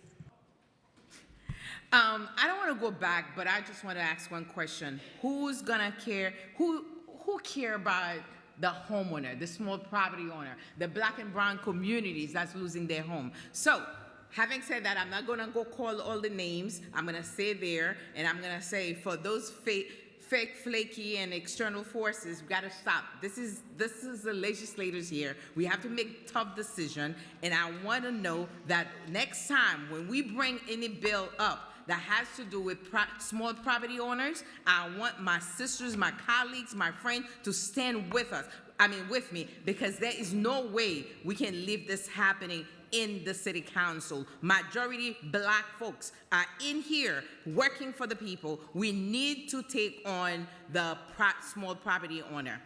It was shaped, that bill was shaped by homeowners, advocates, civil rights leaders, religious leaders, community leaders, providers. Everyone came together to say we need a lifeline for the small property owner.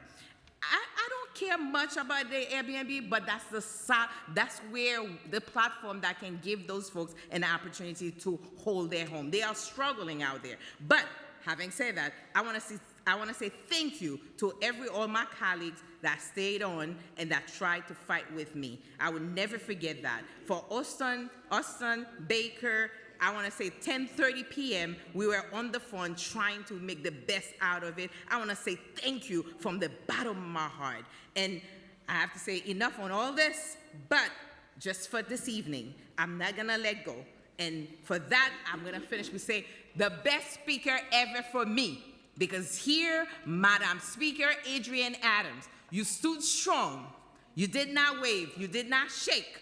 You are a black woman, and you have learned how to stand up, stand on, keep on going, no matter what's going on. So for that, my sister, I want to say I'm so happy to get to know you. I can say you're the best speaker because that's the speaker I have in the city council. And I love you, I appreciate you, and your leadership, really, I admire that. And every day, whatever I can do to support, I love women leadership. So I want to say thank you, and for that, I want to say all the staff here, if I stop calling Joanna, I call Carl, I call all the folks, all the staff here. I admire you, I appreciate you. I know every day you sacrifice your family to be here to help us out. I love you all. Thank you. The photographers, the sergeant, I love you all. But, Madam Thank you so much, Council Member.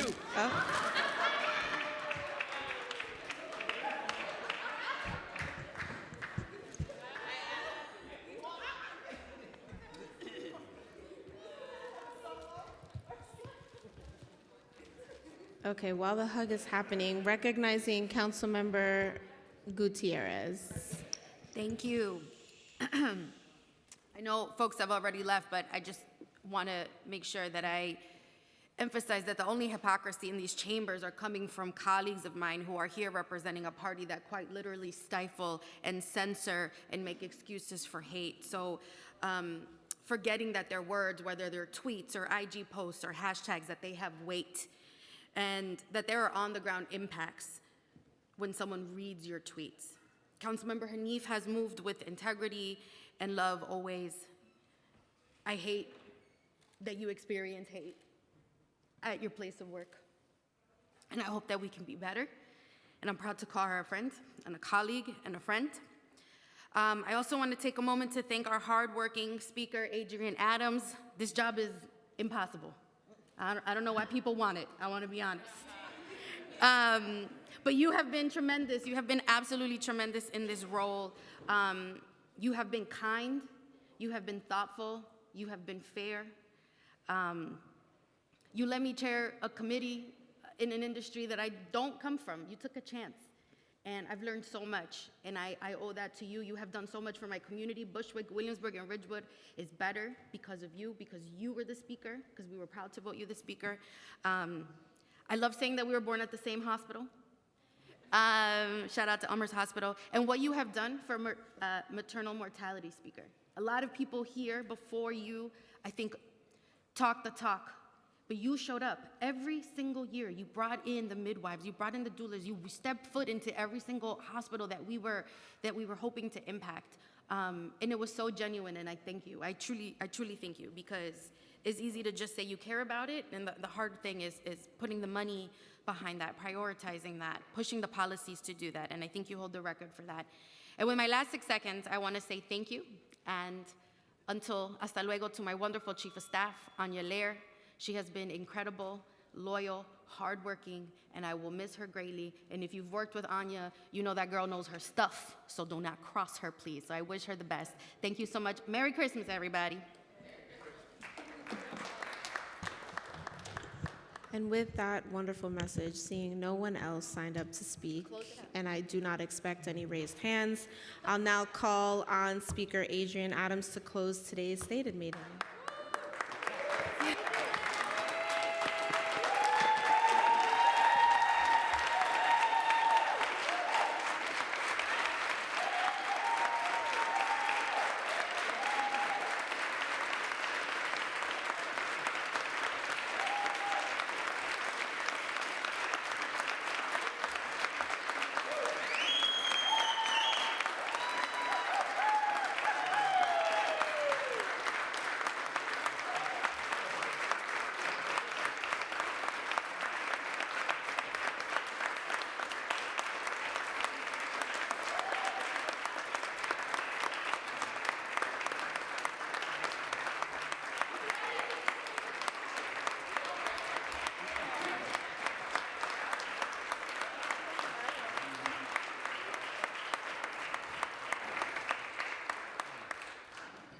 everybody have a seat. This is not going to take long. I'm about to adjourn the final stated meeting of the year. Colleagues, this has been the honor of a lifetime, leading this body for the last 4 years. So many of you came in and hadn't governed before, hadn't managed offices before. Your work over the last 4 years has transformed the lives of millions of New Yorkers for the betterment of them, of their families. You have put forth life-changing legislation that will last a lifetime. My work with you all has been unprecedented, and I thank you for your leadership. Your leadership. My leadership team.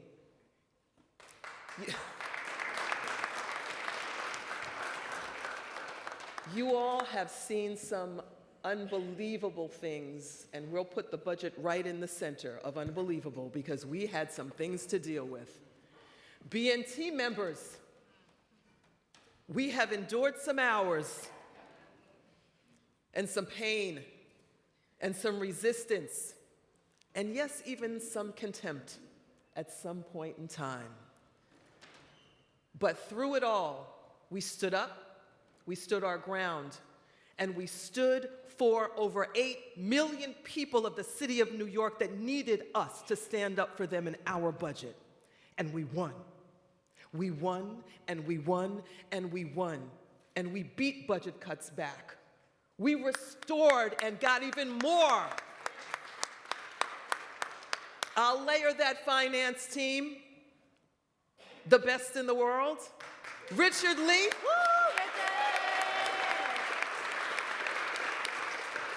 Shout out to Tanisha Edwards as well for a job well done, $115 billion. And you all did that for this council and for our constituents. Legislative team, the most legislation that we've ever seen in 4 years, led by Jeff Baker.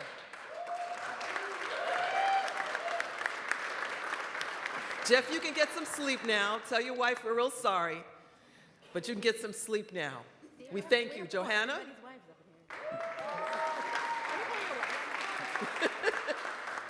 Thank you.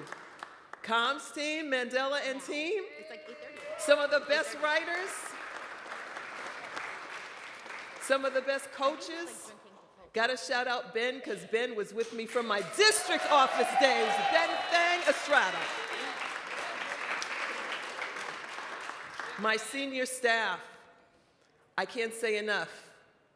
For my Super Chief Jeremy John.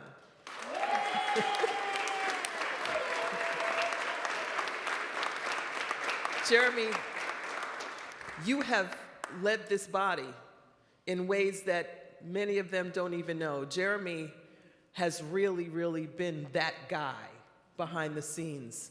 Jeremy brings decades of expertise to this council, and he never wavered, and he's never been shy about sharing all of his brilliance with this body. He's given that freely, and he's given it up for you, for our constituents, and for the betterment of all New York. Tell Betty you're coming home. Thank you, Jer.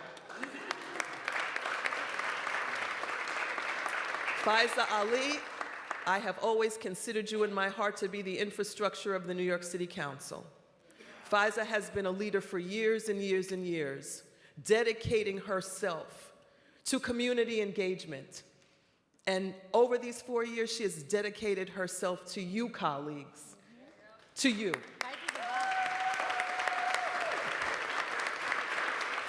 Thank you, Faiza.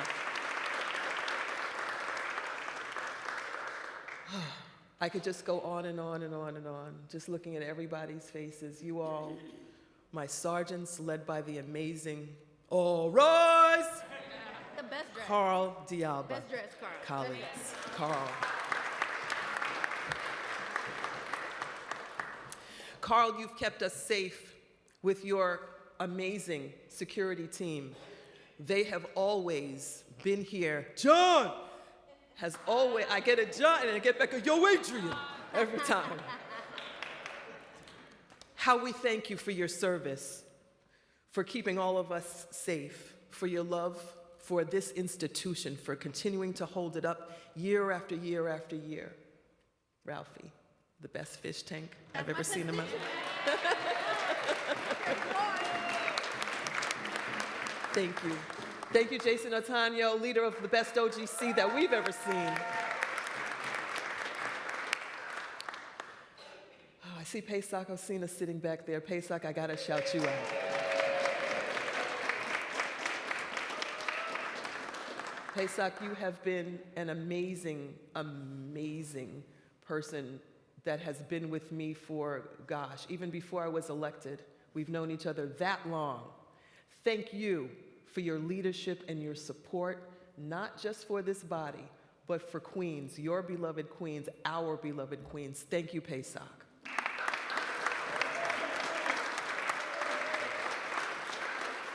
And colleagues, as we move on, our clerk staff, That's right. Mike Sweeney. Yay!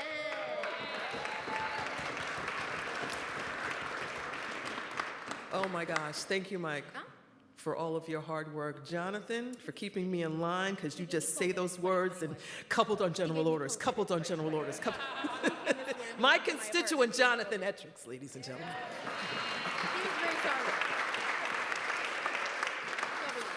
I thank the entire staff, all of you that take the time to count these votes, make sure that it's right, make sure that we get it right in this council. Jeff Campagna, you were my Campagna for quite a while when we worked together on the Landmarks Committee. Thank you so much for all of your dedication to this body. This has been an amazing ride for me, colleagues. Hi, Frank. Frank, just let everybody know you're here again. Just do that. Do that roll call thing that you do. Welcome addition to this body. You all have given me growth. You all have given me guidance. And you all have given me confidence to go on to whatever the next great thing is in store for me. I know that I can do that because you all are the wind beneath my wings. And I'll say something else. You know, my love for veterans has been questioned today, and I take personal offense to that. This veteran walks with me on a daily basis, even though he no longer walks with me on this earth. This veteran, my dad, veteran of the United States Air Force. I lost him to COVID in May 2020. My allegiance to my father as a veteran will never be questioned. I do this work for this veteran. This veteran. This veteran who is so proud of his child. From my husband, who is a veteran that had to lead to make sure that our puppy didn't tear up our house. For that veteran also, United States Air Force. This work I do is for our veterans. Let it never be said that Adrienne Adams does not stand up for veterans. Veterans stood up for us. A veteran birthed this first Black Speaker of the New York City Council.